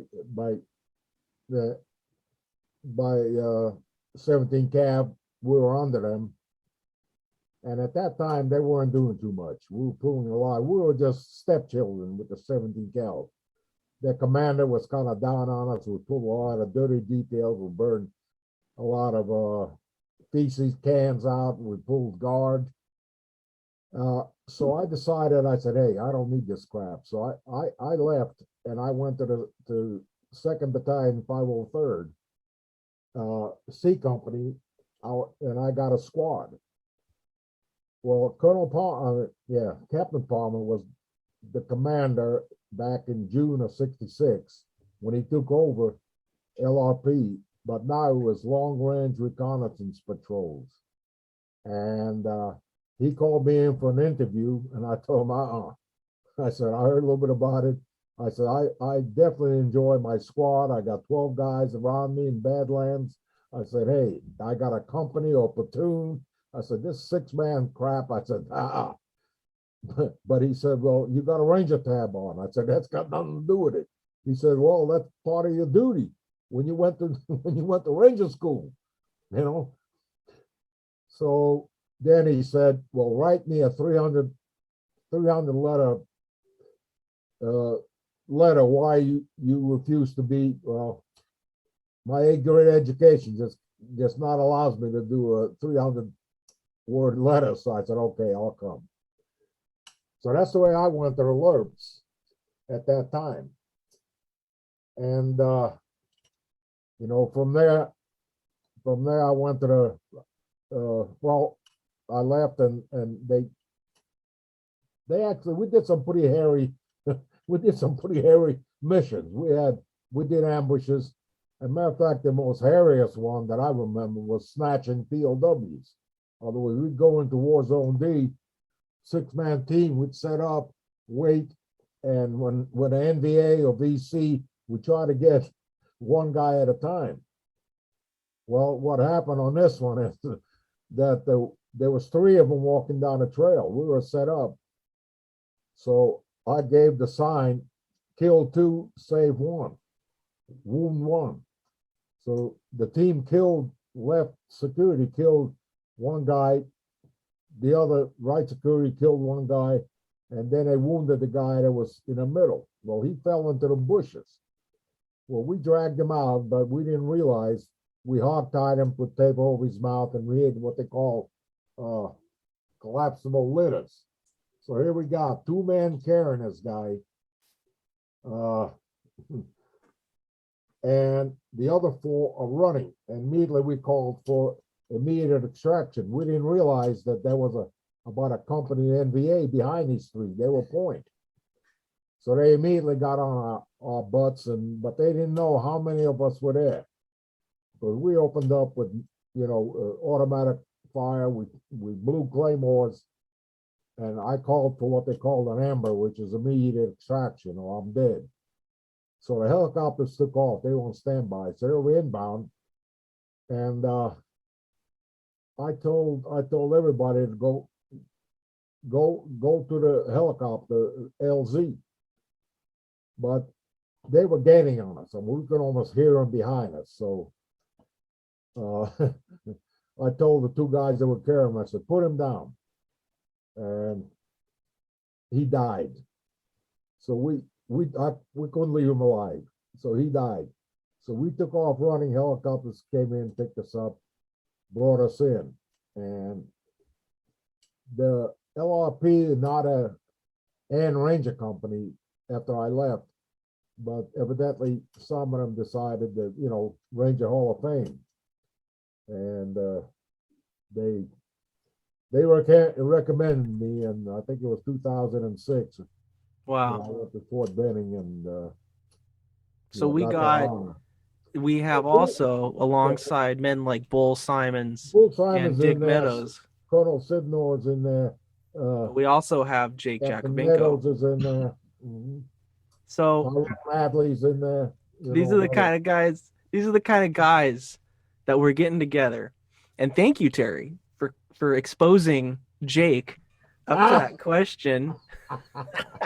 But gentlemen, let's start moving into hardcore preparation for the raid. So if I've learned my history, your lived experience, my history, but if I've learned this correctly, the OPSEC was so tight. They were constructing, they're putting stakes in the ground at the four corners of a building, so to speak, of wherever you guys were going. And then they were using like a white fabric tape to create pseudo walls. And they were constructing a model of the compound of wherever you guys were training to go, because you don't know yet. What was it like to be training with that kind of, Pat, when you were talking earlier, you kind of were saying that this was unique, one-of-a-kind training. Pat, go ahead and walk us through the process of, is this daily going out and clearing these buildings? Are you using helicopters to fake inserts? How is this looking, this training regimen? Because it's almost, the more I learn about Son Tay, the more I realize you guys trained hard and you guys trained uniquely. And that has a huge, huge part to play in the fact that you all came out.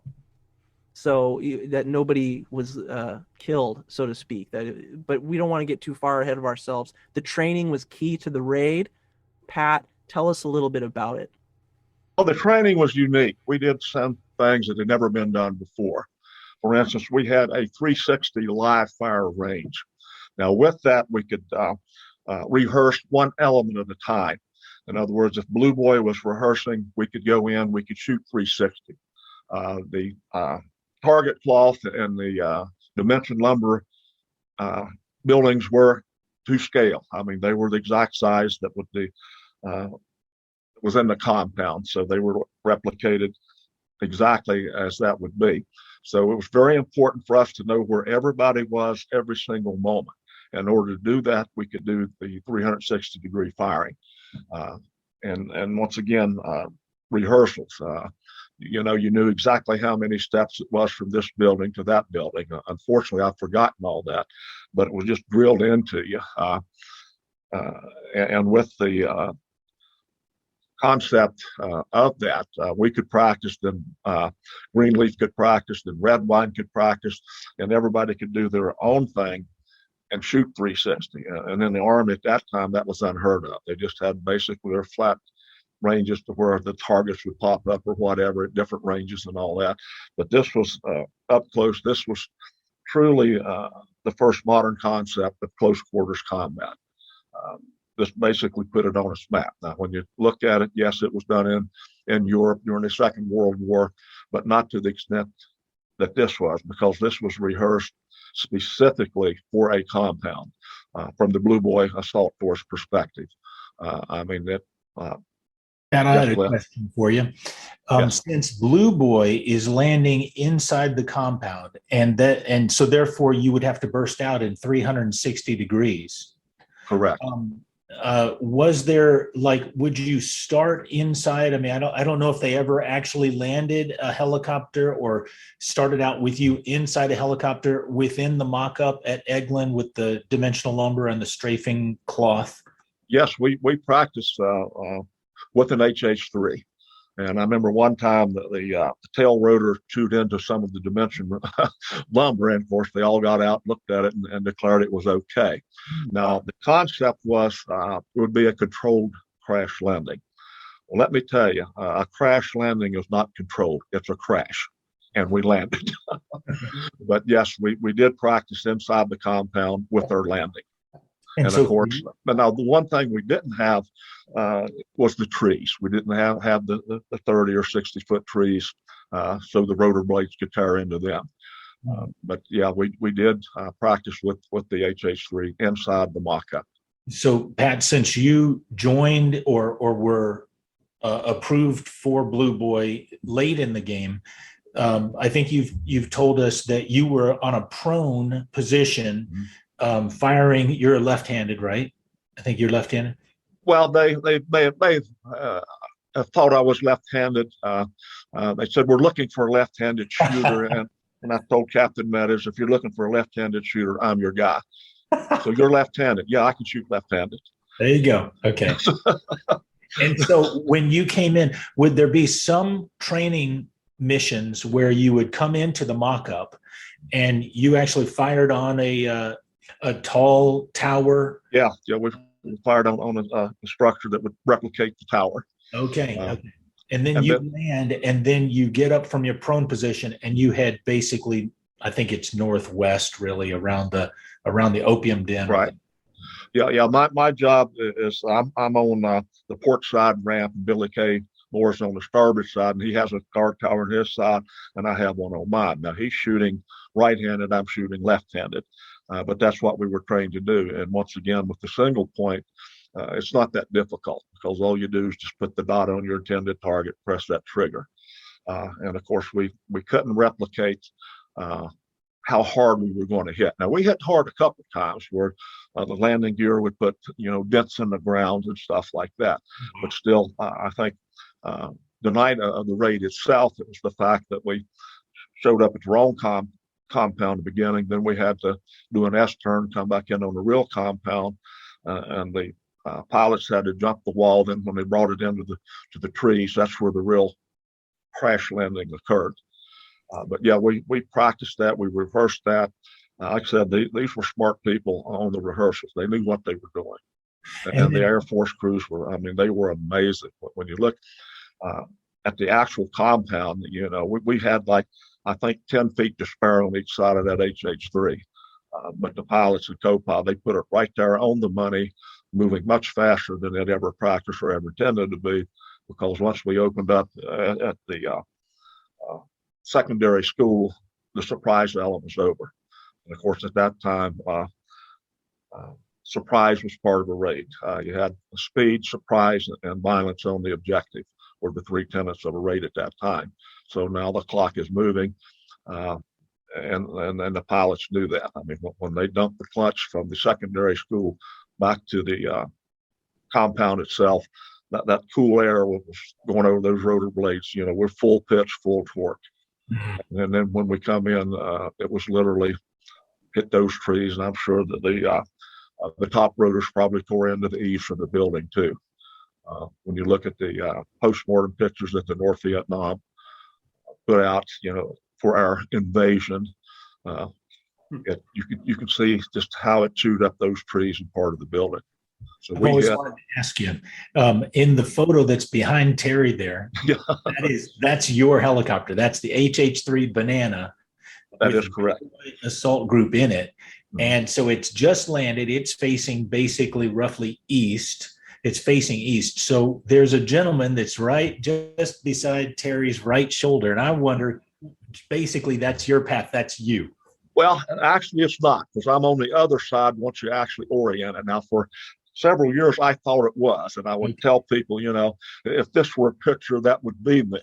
But then one day I looked at it. Well, no, that's probably Billy K. Moore on the other side. Okay.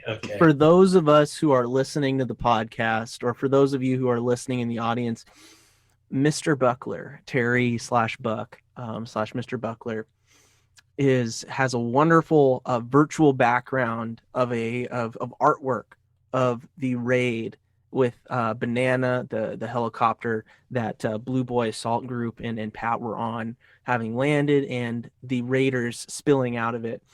And for those of us who are listening, we are getting very close here to the raid itself. We're talking now about how it went down. So I want to move the conversation into time to deploy out of the States, getting to the jump point, and we'll get into that. And then ultimately hearing Bull's speech, which is an incredible speech. It's very short. It's in the book, Who Will Go, that Terry and Cliff wrote.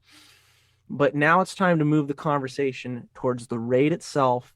I just want to, Terry, will you take us there from when you guys essentially are collected up at Eglin to go to destinations unknown?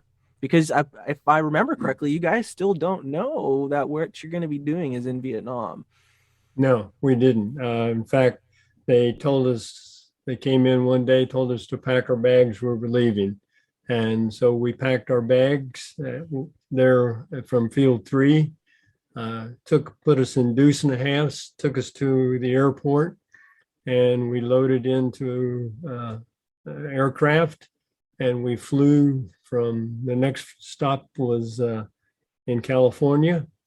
We refueled. The next one was Alaska.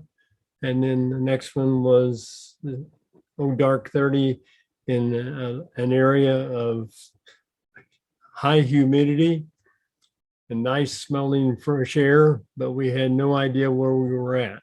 They put us in bread trucks where we couldn't see out and took us to a compound where we were stay till it was time to go do our thing. I had a question for you, Terry.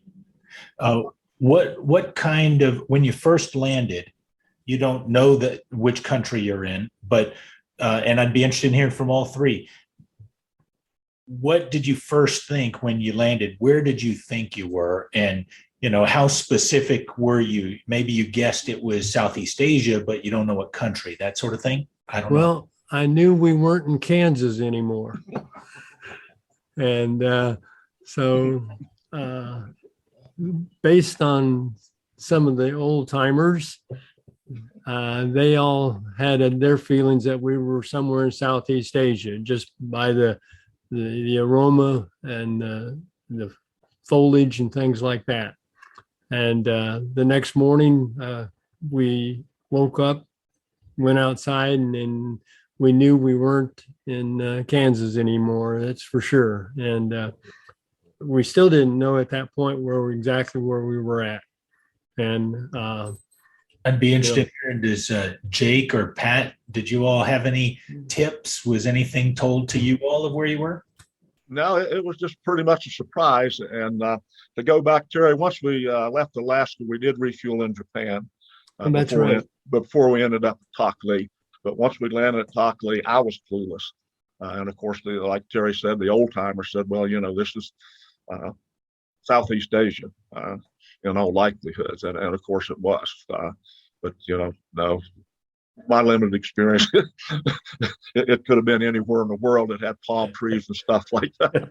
But like Terry said, it definitely wasn't Kansas. Jake, how about you? Yeah. Do you qualify as an old timer? I guess I am. But what scared me the most is it was like being in paradise. I mean, music playing, swimming pool with lights in it. But what I really knew that, is when they gave us the blood chit. Blood chit is the pilots are big on that, but blood chit's an American flag, and on it they have different languages in the area you're in, and it's worth $10,000 in gold. When you go into E&E trying to escape and evade, you try to get the villagers or somebody to help you. And if they help you escape and get back, to your friendly lines, they get $10,000 in gold. And that was the first thing they took away from us when we got back to. That's right. We got back to England. Yeah, it's kind of ironic, Jake, because after the Iraq invasion I was in northern Iraq, they allowed us to keep our blood chits. Yeah. So I'm sure the number on it was crossed off. I never seen a blood chit before. I mean, I hadn't either. But I never seen them, and I said, I said, that is bad. And I put it that way. When did you guys get briefed? When did you finally get your answers to these questions? I'm sure we're burning in your minds. Where the hell are we? When did you finally get that answer? Go for it, Pat. It would be when Colonel Simons gave us the mission brief. I mean, that obvious was what it was. I mean, we could speculate. I think everybody pretty much knew. We didn't know specifically that we were at Tockley, Thai Royal Air Force Base. But when Colonel Simons told us what we were going to do, then obviously, we were in that theater very close to North Vietnam's borders. And of course, we flew from Tockley up to Hudorn to launch the mission. But like you said, that mission statement from him is a classic. You cannot give a mission statement better than that. May I read here what's in Terry's book, and so the people who are listening can hear what Bull said at that time. So you guys had arrived, you're all in the dark, and were you all just summoned to an area? Where was this given? Where was this brief given? I think theater or briefing room or somewhere. I know we were. Yeah, it's kind of like an auditorium. I don't know. Yeah. So you guys are summoned there, and here's in the book. Bull revealed a large map. It was the area around Hanoi, and said, "We are going to rescue 70 American prisoners of war, maybe more, from a camp called Son Tay. The target is 23 miles west of Hanoi. This is something our American prisoners of war have a right to expect from their fellow soldiers. We are all part of the same military family. We want these men to know that they are not abandoned by their military family. No man should feel that way. That's why we are going in there after them. You are to let nothing interfere with the operation. Our mission is to rescue prisoners, not to take prisoners. If there's been a leak, we'll know it by the time the second or third chopper sets down. If we're walking into a trap, if it turns out that they know we're coming, don't even dream about walking out of North Vietnam unless you've got wings on your feet.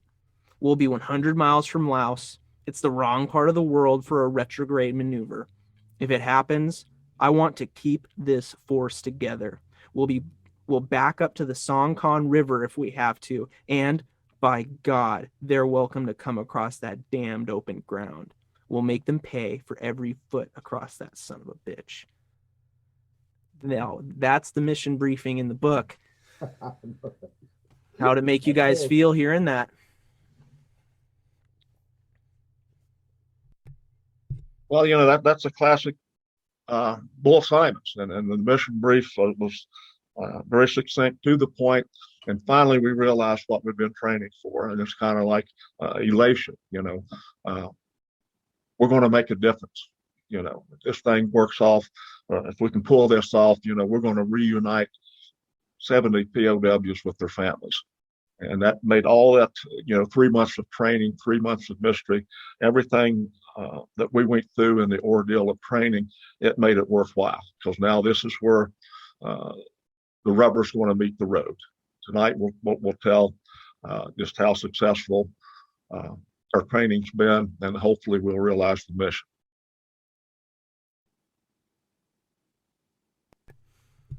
And it was as quiet Terry, as church mice when he finished his little speech for probably 4 or 5 seconds.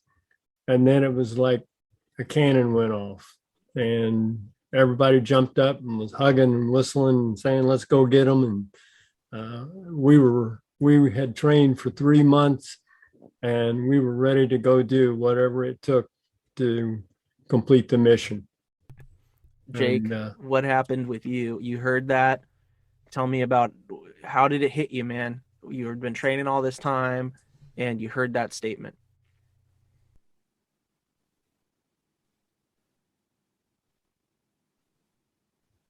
Ooh. Jake, how did that statement hit you? Sorry.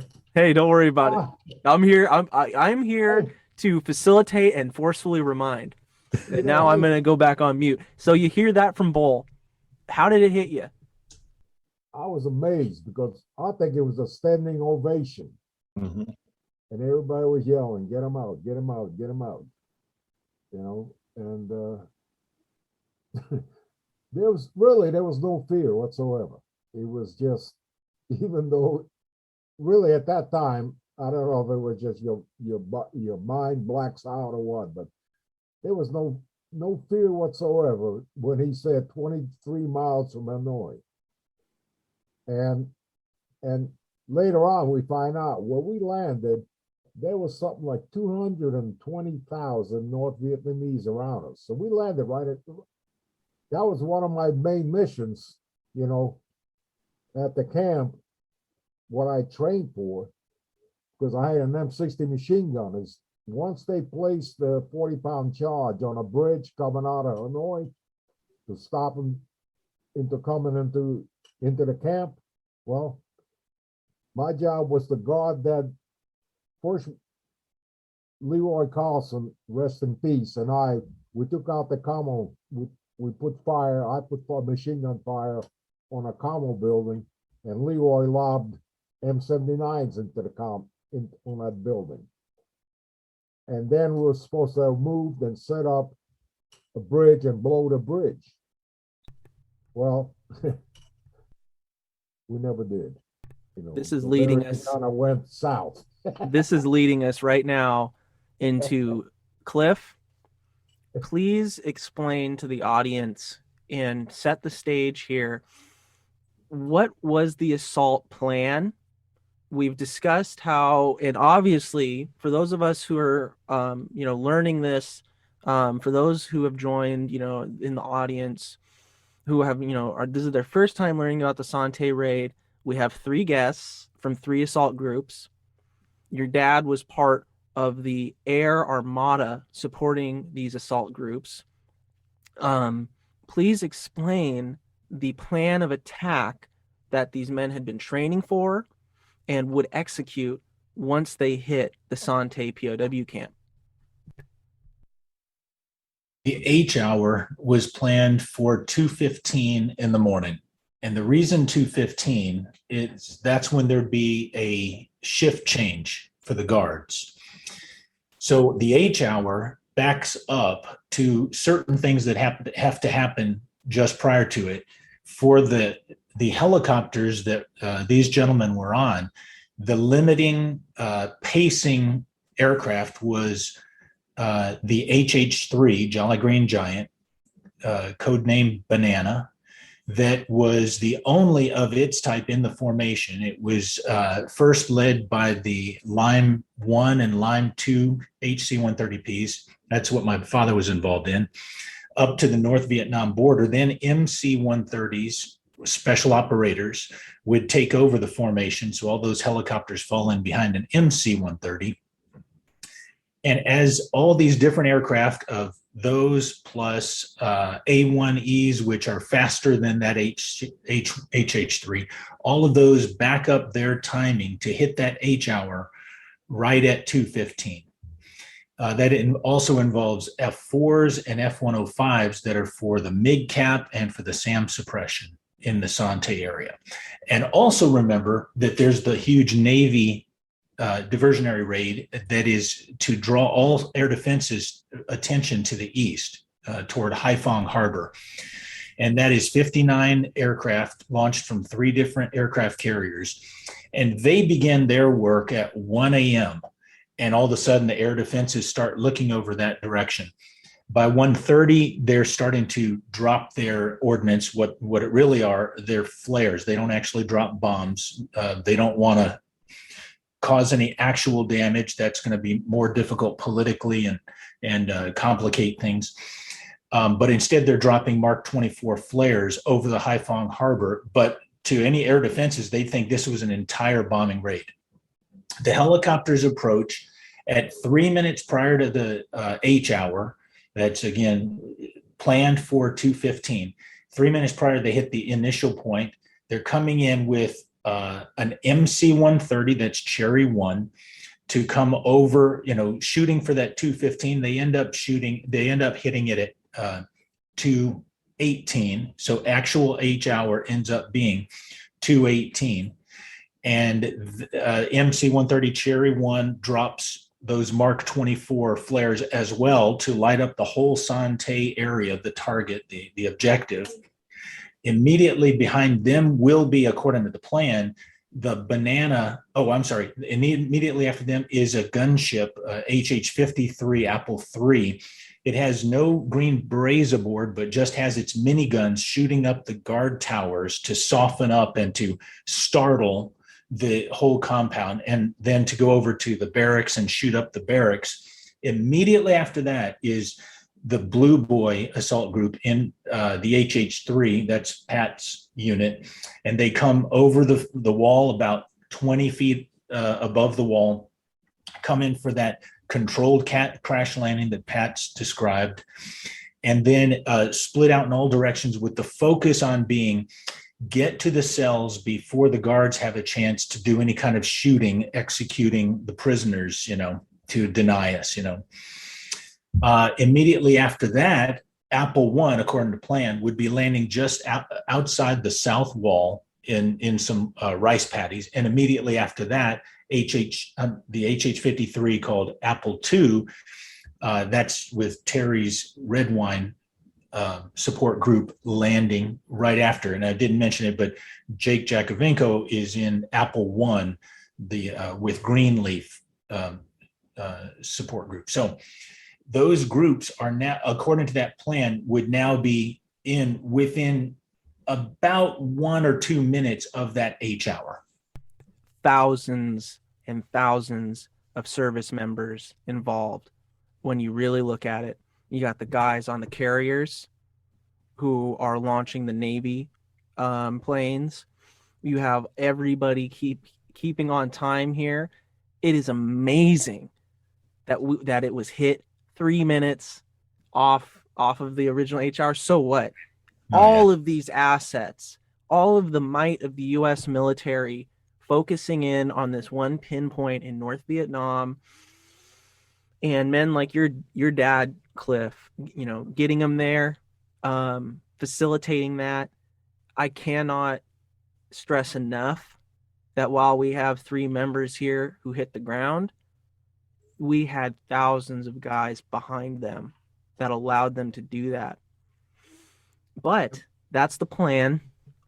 That was the plan. That's how it was supposed to go. Jake, what happened to your chopper? You guys took a little detour to the secondary school. Tell us about that. Well, that was funny. I was in the left side of the hell, and I was looking out the window, and we were all standing up, and it was like noon. Them flares really did a job. I mean, they lit up, and we had goggles, these infrared red goggles that we wore. So, when we could see once the flares went up, but if the NVA looked up, it blinded them for a certain amount of time. They could not see anything. If you looked at them flares, it's like looking into the sun. That's how bright them flares were. Well, I'm looking out the left window and I see Blue Boy kind of look like you're doing circles trying to land. I see Pappy Killitzen had an M60 machine gun mounted on that H3, and he opened up on one of the towers, and he had solid traces, so it looked like a minigun. Well, while he got his traces, I told him, hey, I got an M60, so I carried solid traces. So I see dust coming up and Buck's red wine is landing. I think it was on the left. If I can see this, the PJ, Harvey, in the left door, he's standing there with a minigun. If I can see what's going on the ground, he does too. I don't remember that helicopter doing any kind of, he just beelined for the schoolhouse. And in training, like they never met, they mentioned it one time, but never said it was a threat. And all of a sudden, when they got to the schoolhouse, Harvey opened up with that. That means there's no friendlies in the area as far as I'm concerned. Because we were very careful not to kill our own people. Harvey opened up, and I don't know how many 10,000 rounds. Just took the roof off that damn building. Well, by that time, the helicopter lands, and the rice paddies in training were not known. So what happened is the gate got hung up on a rice paddy. So it could open a certain amount of girth for us to get out. Because every time they did, the helicopter would lift up because the tailgate was on a rice paddy. So people were diving out. Well, I was like a big fat turtle. I had the M60, plus I carried 900 rounds. So I kind of roll out of that thing. And the first thing I did that was not in training, I fell into a ditch that was about 3 or 4 foot deep. By that time, it took Rodriguez and Keel to help me pull out. But then we sat there. Captain Udo took the first, there was 22 of us. He took the first element toward the school, and they all carried concussion grenades, so that they threw concussion grenades inside the buildings, and a hell of a firefight broke out. Well, no more than 10 feet in front of us, a guy jumps up. And we're all sitting there, and I said, shoot him. And Rodriguez said, he's one of us. I said, no, he's on a uniform. Look at him. He's wearing some kind of a light T-shirt. Shoot him. I said, but don't go automatic, because I would have shot him, but I had friendlies in front of me. And God forbid that M60, if I had an M60 runaway gun, probably a lot of people would get hurt. So I said, go on semi-auto and shoot that bastard. So when he popped up again, Keel and Rodriguez, bam, bam, bam. But they missed him. So he got back in a hole and he could hear him back there. But he wasn't singing the Star-Spangled Banner. He's still by so Rodriguez had a little knowledge in Vietnamese. So Rod said, man, he says, I don't think he's talking Vietnamese. That sounds more like Mandarin Chinese. Well, by that time, all that's going on, Bull Simons and Miller, his radio man, come over to us, and Bull Simons said, what the hell is going on? I said, well, sir, I said, there's a guy up here trying to give up. But when the guy jumped up again, Bull Simons, God bless him, I think he was worried about friendlies up front. He had the call, and in a book it said he shot him with a pistol. No, he ripped him with that 30-round Car 15. And that's what he also said. Again, we came to rescue prisoners, not take prisoners. So what happened was you guys landed in the wrong place. There was a compound close to Son Tay POW camp that has since been dubbed the secondary school.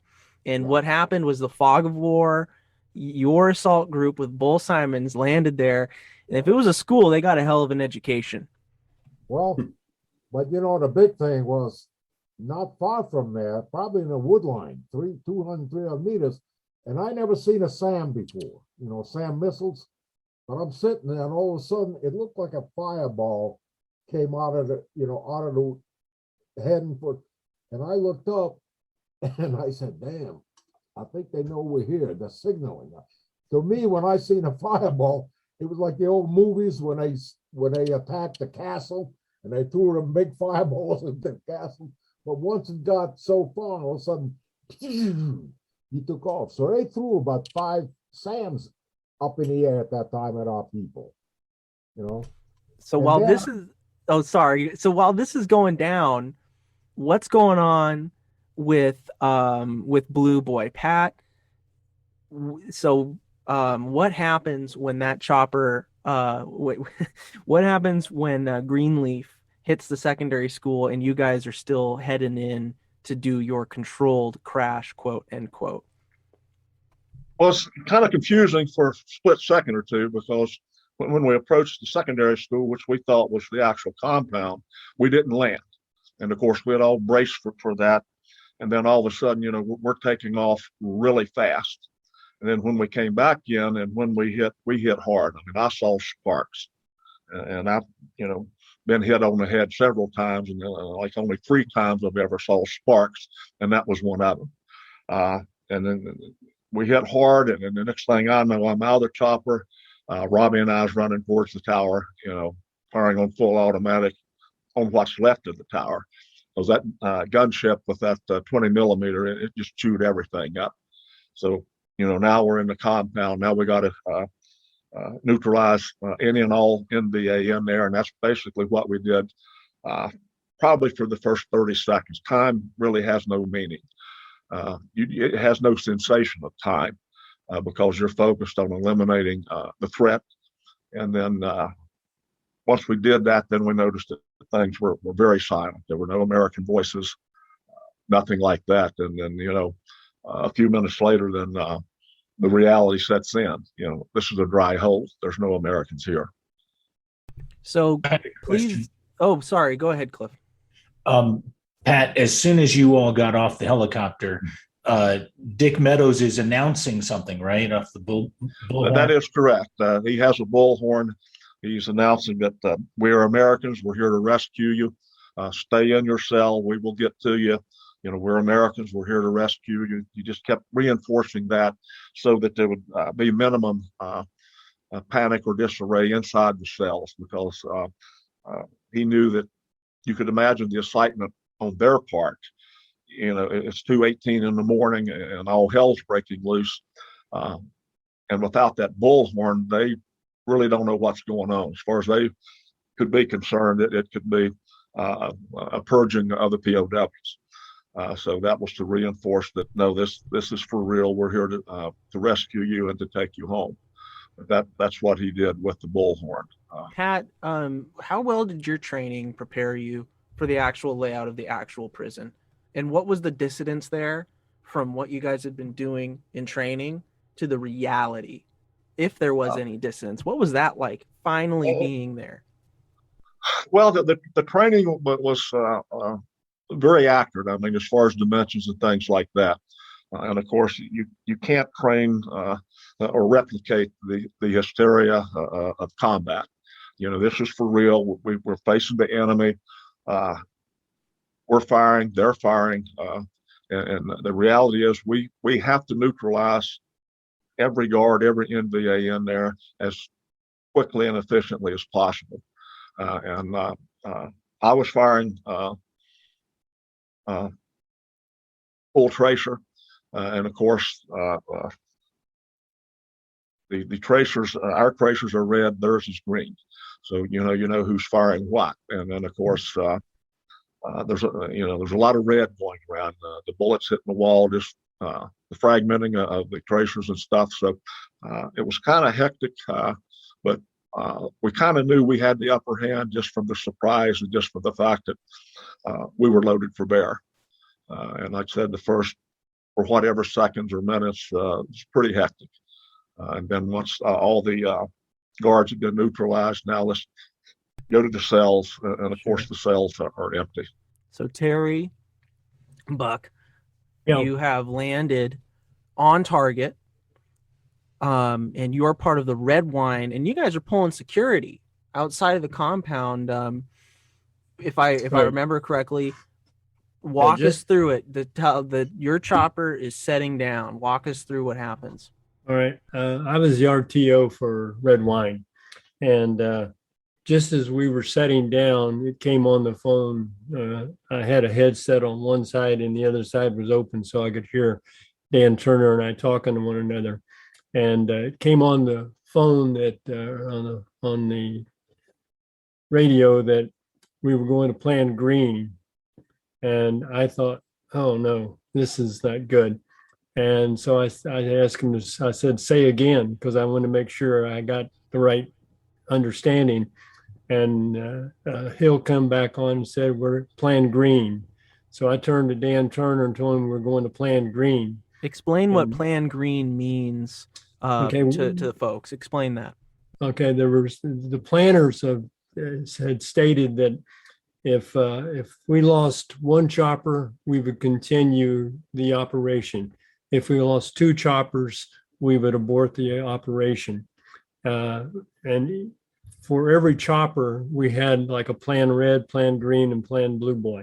So if a chopper went down or was out of commission, the code word would be for that chopper. So and all we knew at that point was that plan green meant that Greenleaf was not a function and was not going to be able to do the duties that team was required to do. So, which meant plan green meant that Red Wine had to take on the same mission that they had, plus the existing mission we had. So there were 22 men on Greenleaf, and that was a good share of those people were heavily loaded for bear. So as we were setting down and it came on the phone horn that we were going to plan green, Dan Turner told me to pass it on. So we passed it on down. So the rest of our team on the Red Wine knew that we were going to plan green, which meant that we had different duties based on what element we were operating under. So we went ahead and landed as normal. We had rehearsed it. And this is where training really paid off. We had trained so many times on alternate plans as well as the actual same plan that everything worked well, that we knew how to respond and we did accordingly. So it wasn't like, oh no, what do we do now? It was like, okay, plan green, we have a plan for that. So we immediately went into plan green. And the troops did exactly what we should have done if it had not had plan green. And the only difference was once we hit the ground and started our move into the camp, then plan Greenleaf pilot had gone over and picked them up and was dropping them off in the same location that he would have dropped them originally. So there was a little bit of confusion there till that kind of resolved itself. But we had gone ahead and moved into our own required field of fire, if you will, and did our jobs of clearing which buildings needed to be cleared. And so, Buck, you were engaging the enemy, yes, like before you got off the chopper. Yes. Tell us about that. As we were, Dan Turner and I were I was the last man off the bird and Dan was right before me. And as we were going off the chopper, there was one of the guards was firing on Dan, and I could see that Dan was firing back, but we just weren't hitting. And so I just, dropped the dot on him and pulled the trigger and put an end to that little skirmish. And we moved on to do our mission. So the training that we had done definitely paid off. I mean, in spades, as far as I was concerned. And our job was to get to the commo shed as quickly as we could, because prior to that would have been the job of the Greenleaf folks to take out the commo shed. And we wanted to get them neutralized so there wouldn't be any more people coming in to support the guards that were already there. So we worked our way through clearing a couple other buildings, got to the commo shed, and that's when I heard on the phone negative items. So negative items is code word for POWs. This brings us right back to Pat. Pat, yes. When that goes over the radio, tell us about that moment where Terry is on the outside at the commo shed. He hears negative items.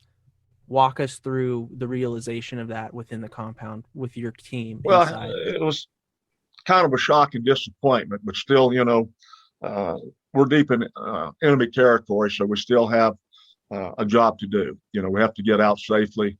The disappointment was tremendous, but we didn't get a real feel of it or realization of it until we got on the choppers to come back. There's no jubilation. There's no POWs to share the joy of freedom with.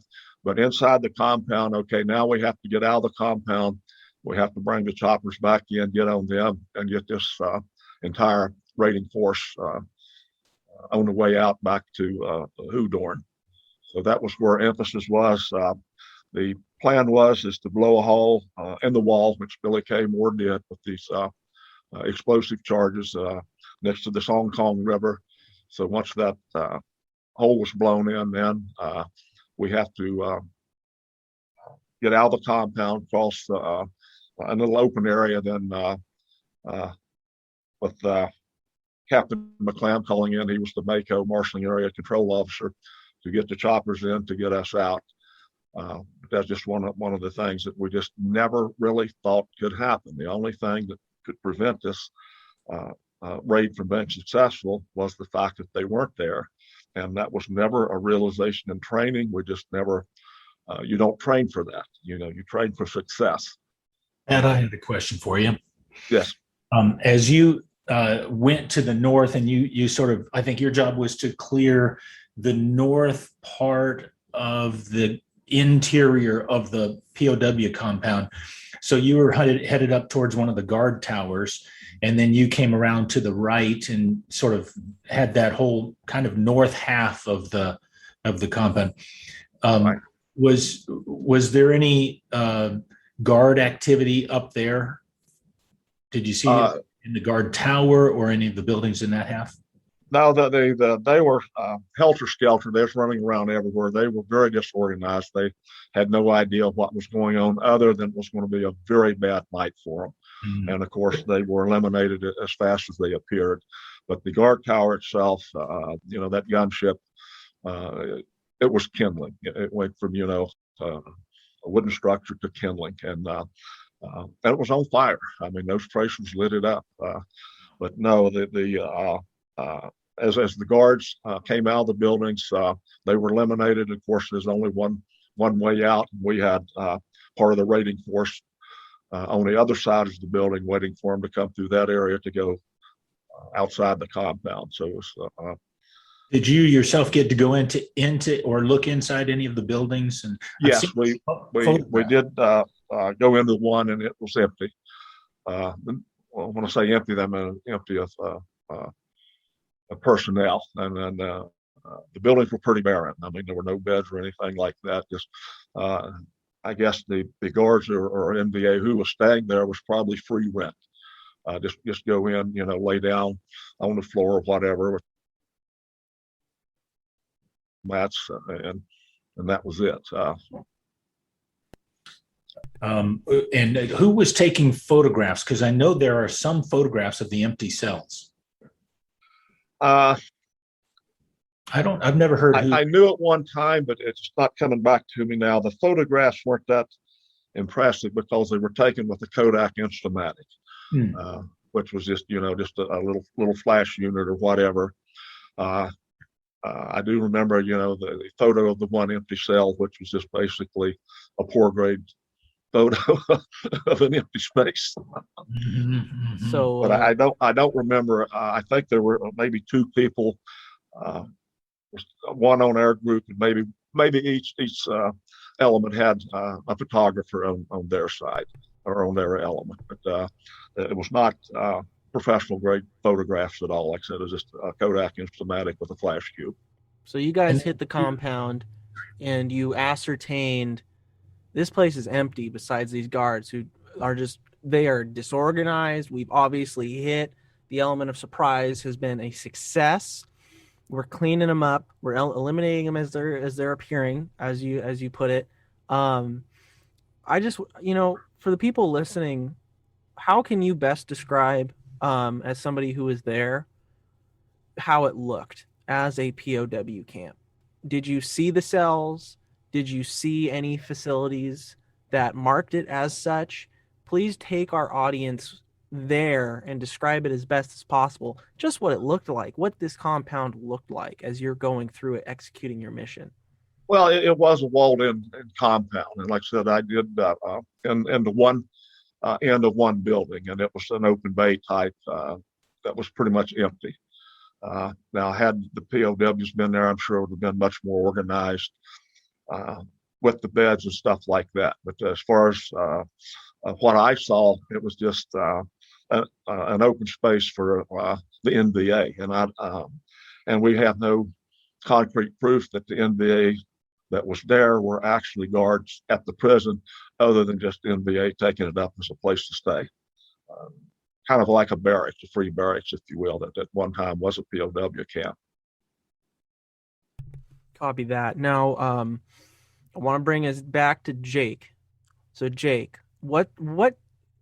Please explain what was going down at the secondary school before you guys actually got picked up again and then taken to the Son Tay compound. What was happening at the secondary school, and what kind of people were you engaging there? Well, first of all, we realized that we were in the wrong place because everything kind of changed. There was no walls except the school. Half an element already hit the school, and it was in attack. Like I said, we were sitting there waiting because I had no job at that time, because my main job was at the Son Tay camp to guard that 40-pound charge on that bridge to make sure that the NVA didn't kick it off. So I was the last one to come back. I had to run. We did it one time, and I'll tell you what, they blew that charge. I think the agency made the charge. It was kind of compact, looked like a rucksack. And we blew it one time, and I had concussion earmuffs on. Well, most of us did. And me weighing that much with all that ammo in training, I could only get about 100, 150 meters. Everybody else was a little further away from me. And when that thing went off, it almost lifted me off the ground. I mean, in training. But here, everything went so everything we never trained for it. Let's put it that way. One element, I think it was Captain Nelson, Powell, Joplin, and another one. Their mission in actual Son Tay was to secure a crossroad on the right side of the compound, to go up there and set up, again, if the reinforcement coming.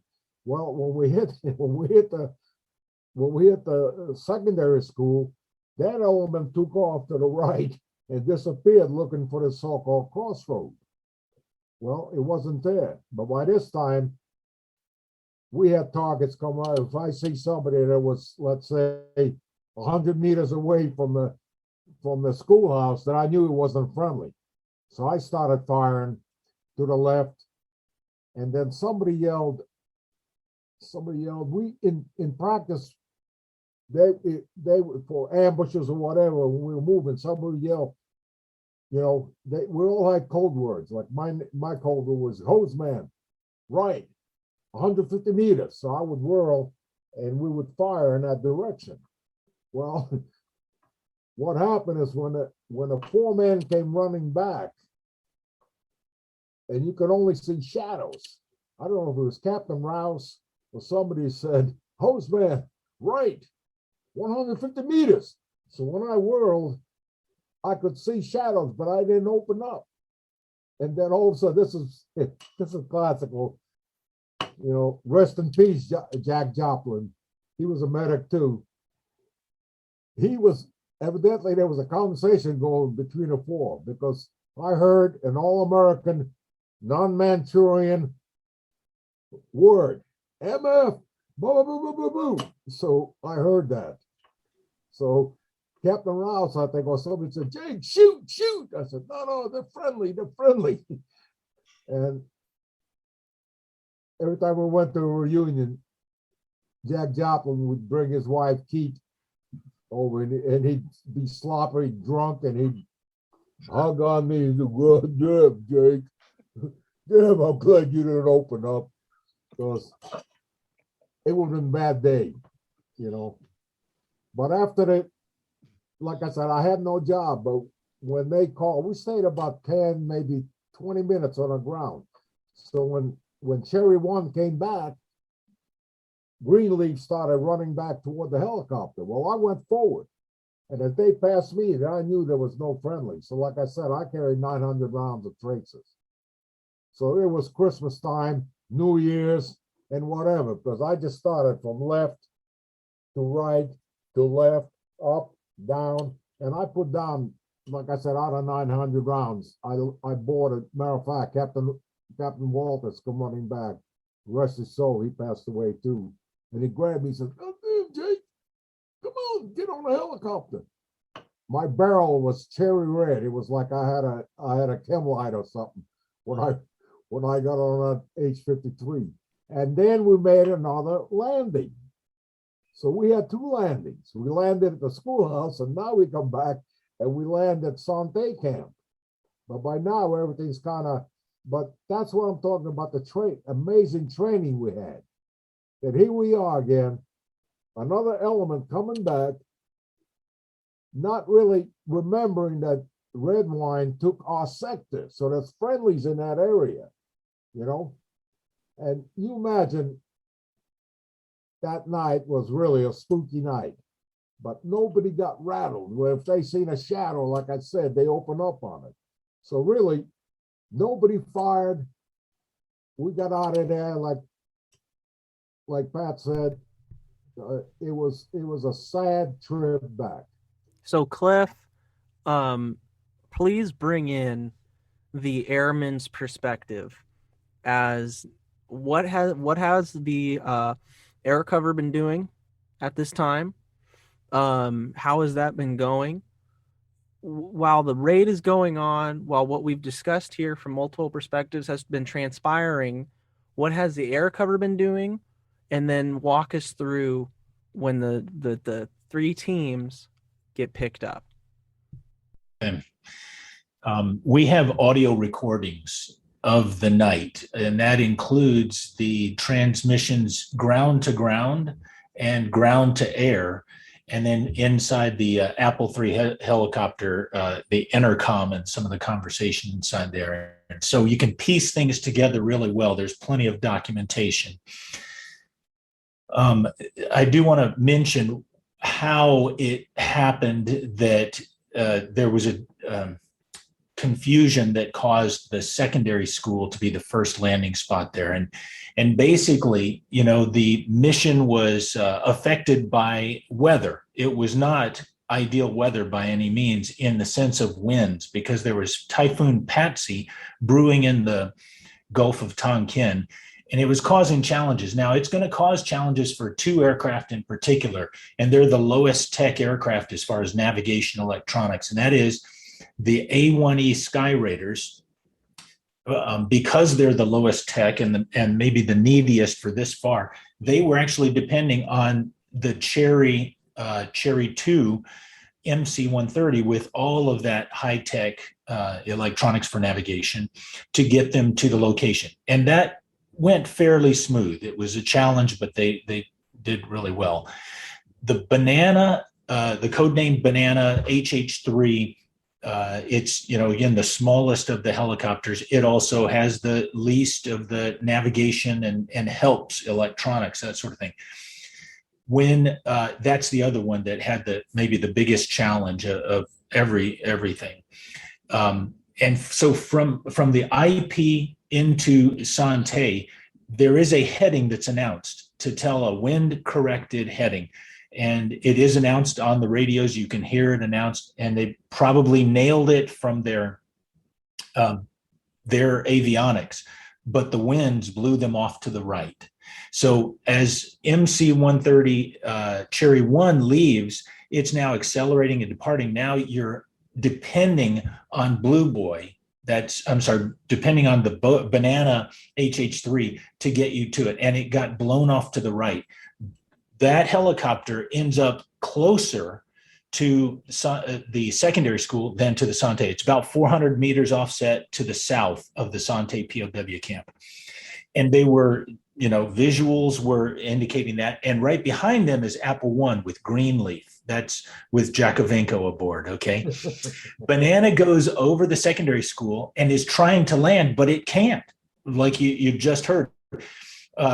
That's because there is no courtyard. There's not going to be any way that a helicopter can do that controlled crash land there. So that makes it very clear this is not the location. They look off to their left, they see the flares, they spin off, and they head off to the real Son Tay POW camp.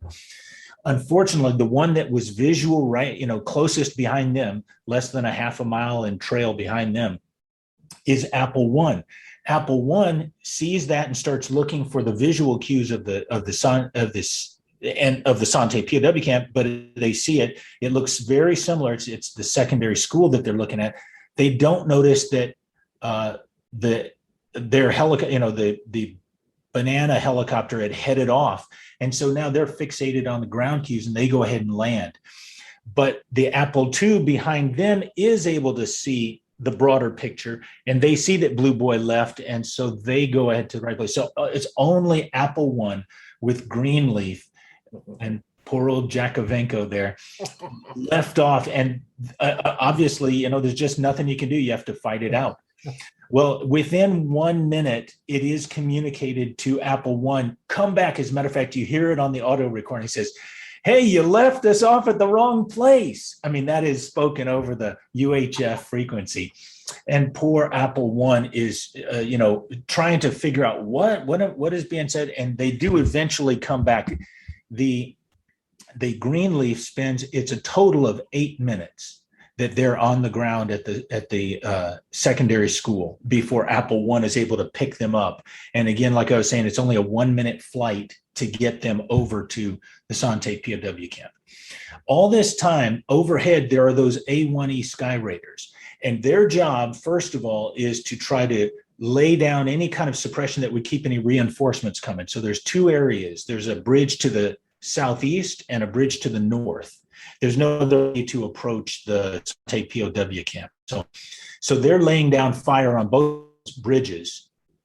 And also, like Jackovenco was saying, there is a crew of Green Berets that the plan is that they would go up to the north and actually blow the big heavy bridge that's to the north.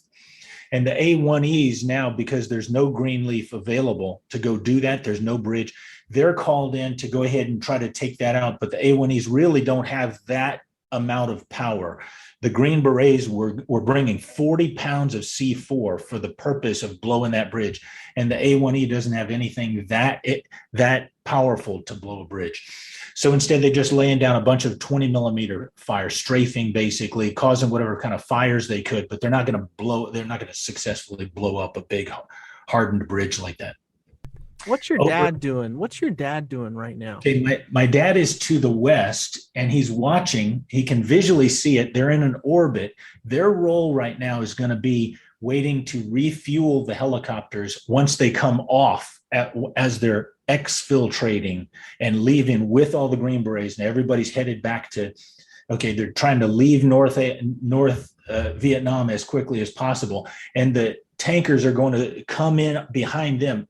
I flew the B-1, and we would come in behind the tanker. But in helicopter world, the tanker comes in behind the helicopter. And so the tanker is just waiting there, waiting for anybody that needs gas. And so that's not going to happen quite until it's all done.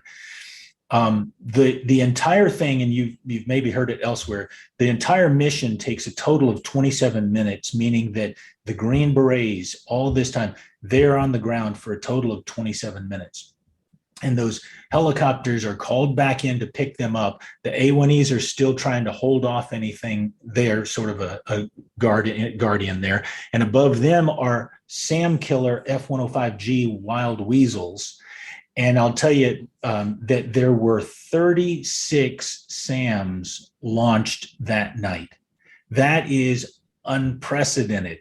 As a matter of fact, for the Navy's involvement, the Navy, that was the largest nighttime naval activity of the entire Vietnam War. Nothing that large had happened since 1944 in the Battle of the Philippine Sea. That was a night naval carrier operation. Well, nothing had happened that big since then. And then as far as the Air Force, I've talked about the SAM suppression, but then above them is F4s doing MIGCAP, looking for any North Vietnamese fighters that would be stupid enough to take off. And it turns out that there are no MiGs launched. Instead, they just relied on SAM launches after SAM launch. And that's just huge, 36 actual launches against aircraft in one night. There's nothing like it. So the Air Force has been busy. Pretty busy. And the ground troops have been busy. The Navy has been busy. But negative items being code word for prisoners of war. Negative items. Pat, tell us about when the Green Berets come back and finally touch back down on friendly soil, and what was the climate like? What kind of words were exchanged? What happened after the mission when you folks were safe and back? Well, it was kind of a sober moment. Now, keep in mind that the transmission back to Mucky Mountain, which was in South Vietnam, the big comm center, it was garbled. There was no code word for no POWs. So it was sent back to 0. And it really didn't relate to them because they were thinking there's got to be a digit in front of the 0. So the actual people at the Hoodnorn was not aware that there were no POWs there until we landed, because they were all out, greet us, the medics and stuff were there to put them on the C-141s. And then, of course, when we showed up, I remember John Lippert said, where are the POWs? I said, what are you talking about? There are none. So, and then at that point, their elation also turned into sobriety, like, wow, all this training, all this rehearsals, and there's no POWs. And of course, you could imagine just, the broken spirit. Like Jake said, the flight back was very,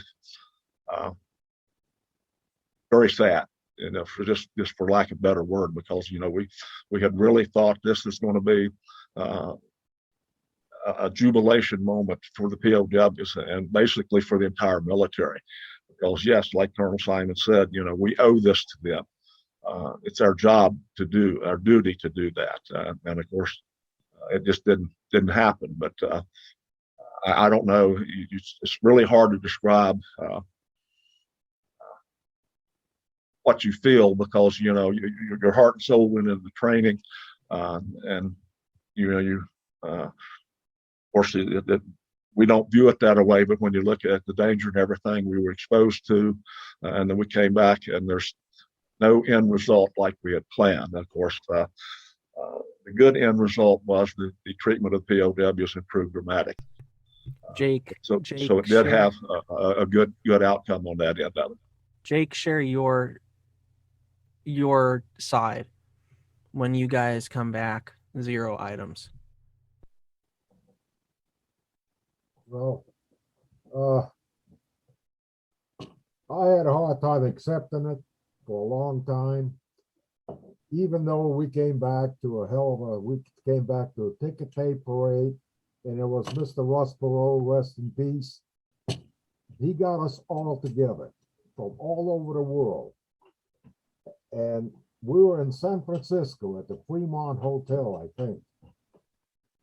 And matter of fact, the way I found out, I had about $40 in my pocket. So naturally, I'm in this Hollywood style bar, and not many people are in there. So I go up to the bar, and he comes over and I says, "There's scotch and scotch and water back." So he comes back double. I said, he comes back, gives it to me. I sat there looking around. drank it. He came over to me again. He said, one more? I think, I don't know. I said, yeah, let me have another one. So I had another one. And then he come back and I said, no, thank you. So I took out some money out of my pocket, and I threw it on a bar. And he said, no, your money's no good. He said, thanks for what you did, And he wouldn't take my money. So everything was paid by Russ Perot. Matter of fact, he got us together. This is how great the guy was. He got us together in this one big room. POWs, everybody. Well, believe it or not, if you looked around that room, there's about 300-400 of us in there. If you look around that room, you can tell who the POWs were. Even though they were in civilian clothes, there's something about them where they could never look up, look you in the eyes. And Mr. Perot said, gentlemen, you got a lot to talk about. And then two of his assistants, come up with these two big boxes, each one. And they walked around the room and put a $100 bill in front of every one of us. And then he said, gentlemen, you got a lot to talk about. So we sat there, and believe it or not, what snapped me out of the whole thing is Commander Clower. He got shot down and spent about 1,900 days a POW, and he was in Son Tay at one time. So, what do you tell a POW? I say, hey, sorry, guys. I'm really... He said, sorry. And Clower, a big old burly guy, rest in peace. He passed away too. He says, sorry for what? He says, the next morning, every POW camp in North Vietnam was cleared out and put into Hanoi Hilton, another one. He says, we were 20, 30 men to a room. He said, we got packages all of a sudden from that they never gave us. Now we could negotiate. We talked, we laughed.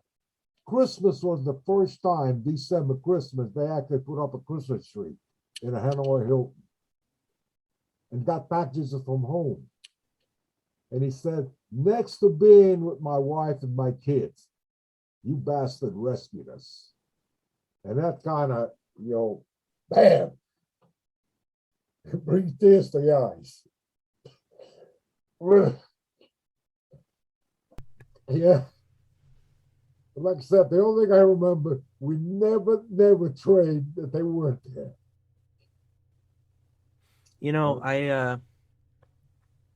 This is part of why I think this history, it needs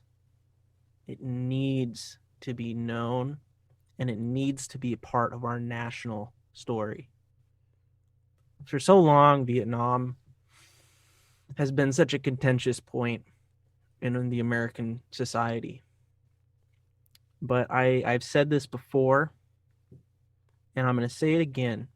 And it wasn't until I was doing a podcast live that I made this connection. And I love it. Bright light was the code word for POW rescue efforts during the Vietnam War. Codename Bright Light. Bright Light missions were missions in which you went to rescue POWs. That's what the code word was. And for so long, the Vietnam War has had a lot of, it's not what a lot of people would consider a bright light in our history. But I tell people to look at the facts. I tell people to listen to the stories and observe the history, because POW rescue efforts during that war they were at the time, and they remain a blindingly bright light in our nation's history. Having the time to give you gentlemen the space to share your experiences, your stories, and the reality of what happened helps that light shine through the temporal divide of the decades that have now gone by. because we need to remember, we need to understand, and it's something to be proud of. The other day, I saw a comment on the internet, and comments on the internet are less than enlightened usually. Somebody said, "Why all this talk about Son Tay? Why they didn't get the POWs?" I wrote a comment back. I said, "Yeah, no POWs were rescued, but things like the Bin Laden raid were built upon the foundation forged by you gentlemen." And that's way after the fact. During the fact, it is quantifiably true that POWs' lives were for the better after you guys hit. And what you just shared there, Jake, rings directly true to that point. So when I think about history, and of course these events are history now, I had a professor once. I didn't have a lot of professors who said things I really gave a damn about. But I had a professor once who said something. He said, people want to look at history as black and white. But the more you learn about it and the more you put yourself in people's shoes, you realize everything is nuanced and gray. And when people think, oh, just because no POWs came out, oh, therefore it was a failure, look at the facts. Because there is some serious positivity that cannot be denied, and it was a shining bright light for our nation's history. Now, I've noticed that we've experienced a technical glitch, and Plan Red, so to speak, is in effect. But we're drawing close on time here. Cliff, anything to add here as we close out the podcast? Yeah, we've interviewed a number of the POWs in the book Who Will Go. And one, let me give you two perspectives from POWs. One is Smitty Harris, who was a POW at the Son Tay POW camp. He was there on the day that they removed the POWs. It was always a shell game, always moving. It was cat and mouse, and they were moved from POW camp to POW camp. He looks at the Son Tay Raid and says this in his book, which is called Tap Code, just published in 2019.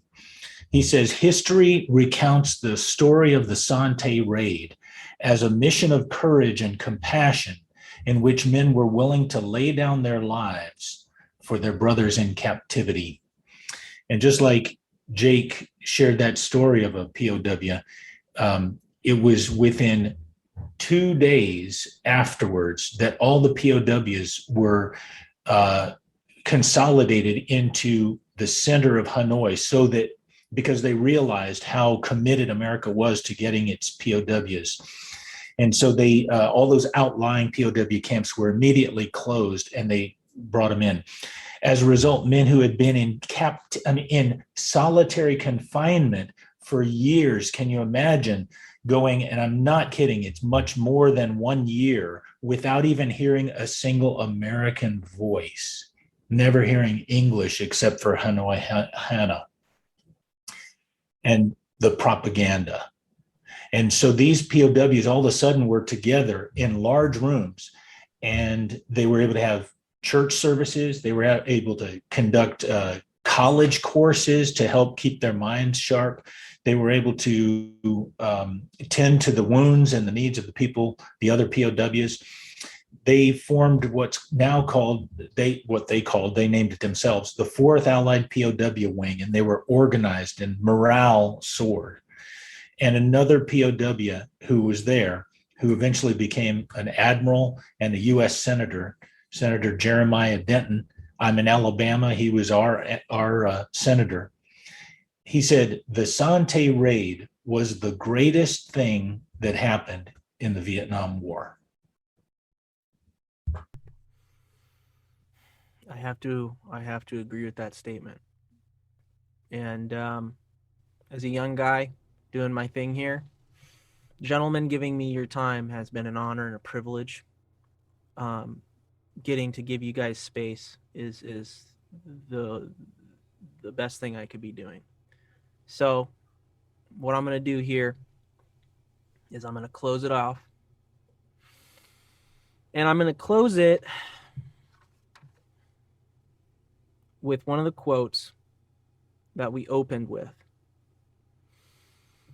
Quote, "Greater love has no man than this, that a man lay down his life for his friends." John 15:13. This has been the Modern Military History Podcast. This podcast, we have featured Pat St Clair, Terry Buckler, Jake Jackovenco, and Cliff Westbrook. And it has been an honor. Thank you, gentlemen. This has been great. I'm really glad that we were able to get together. Thank you, Andy. Thank you.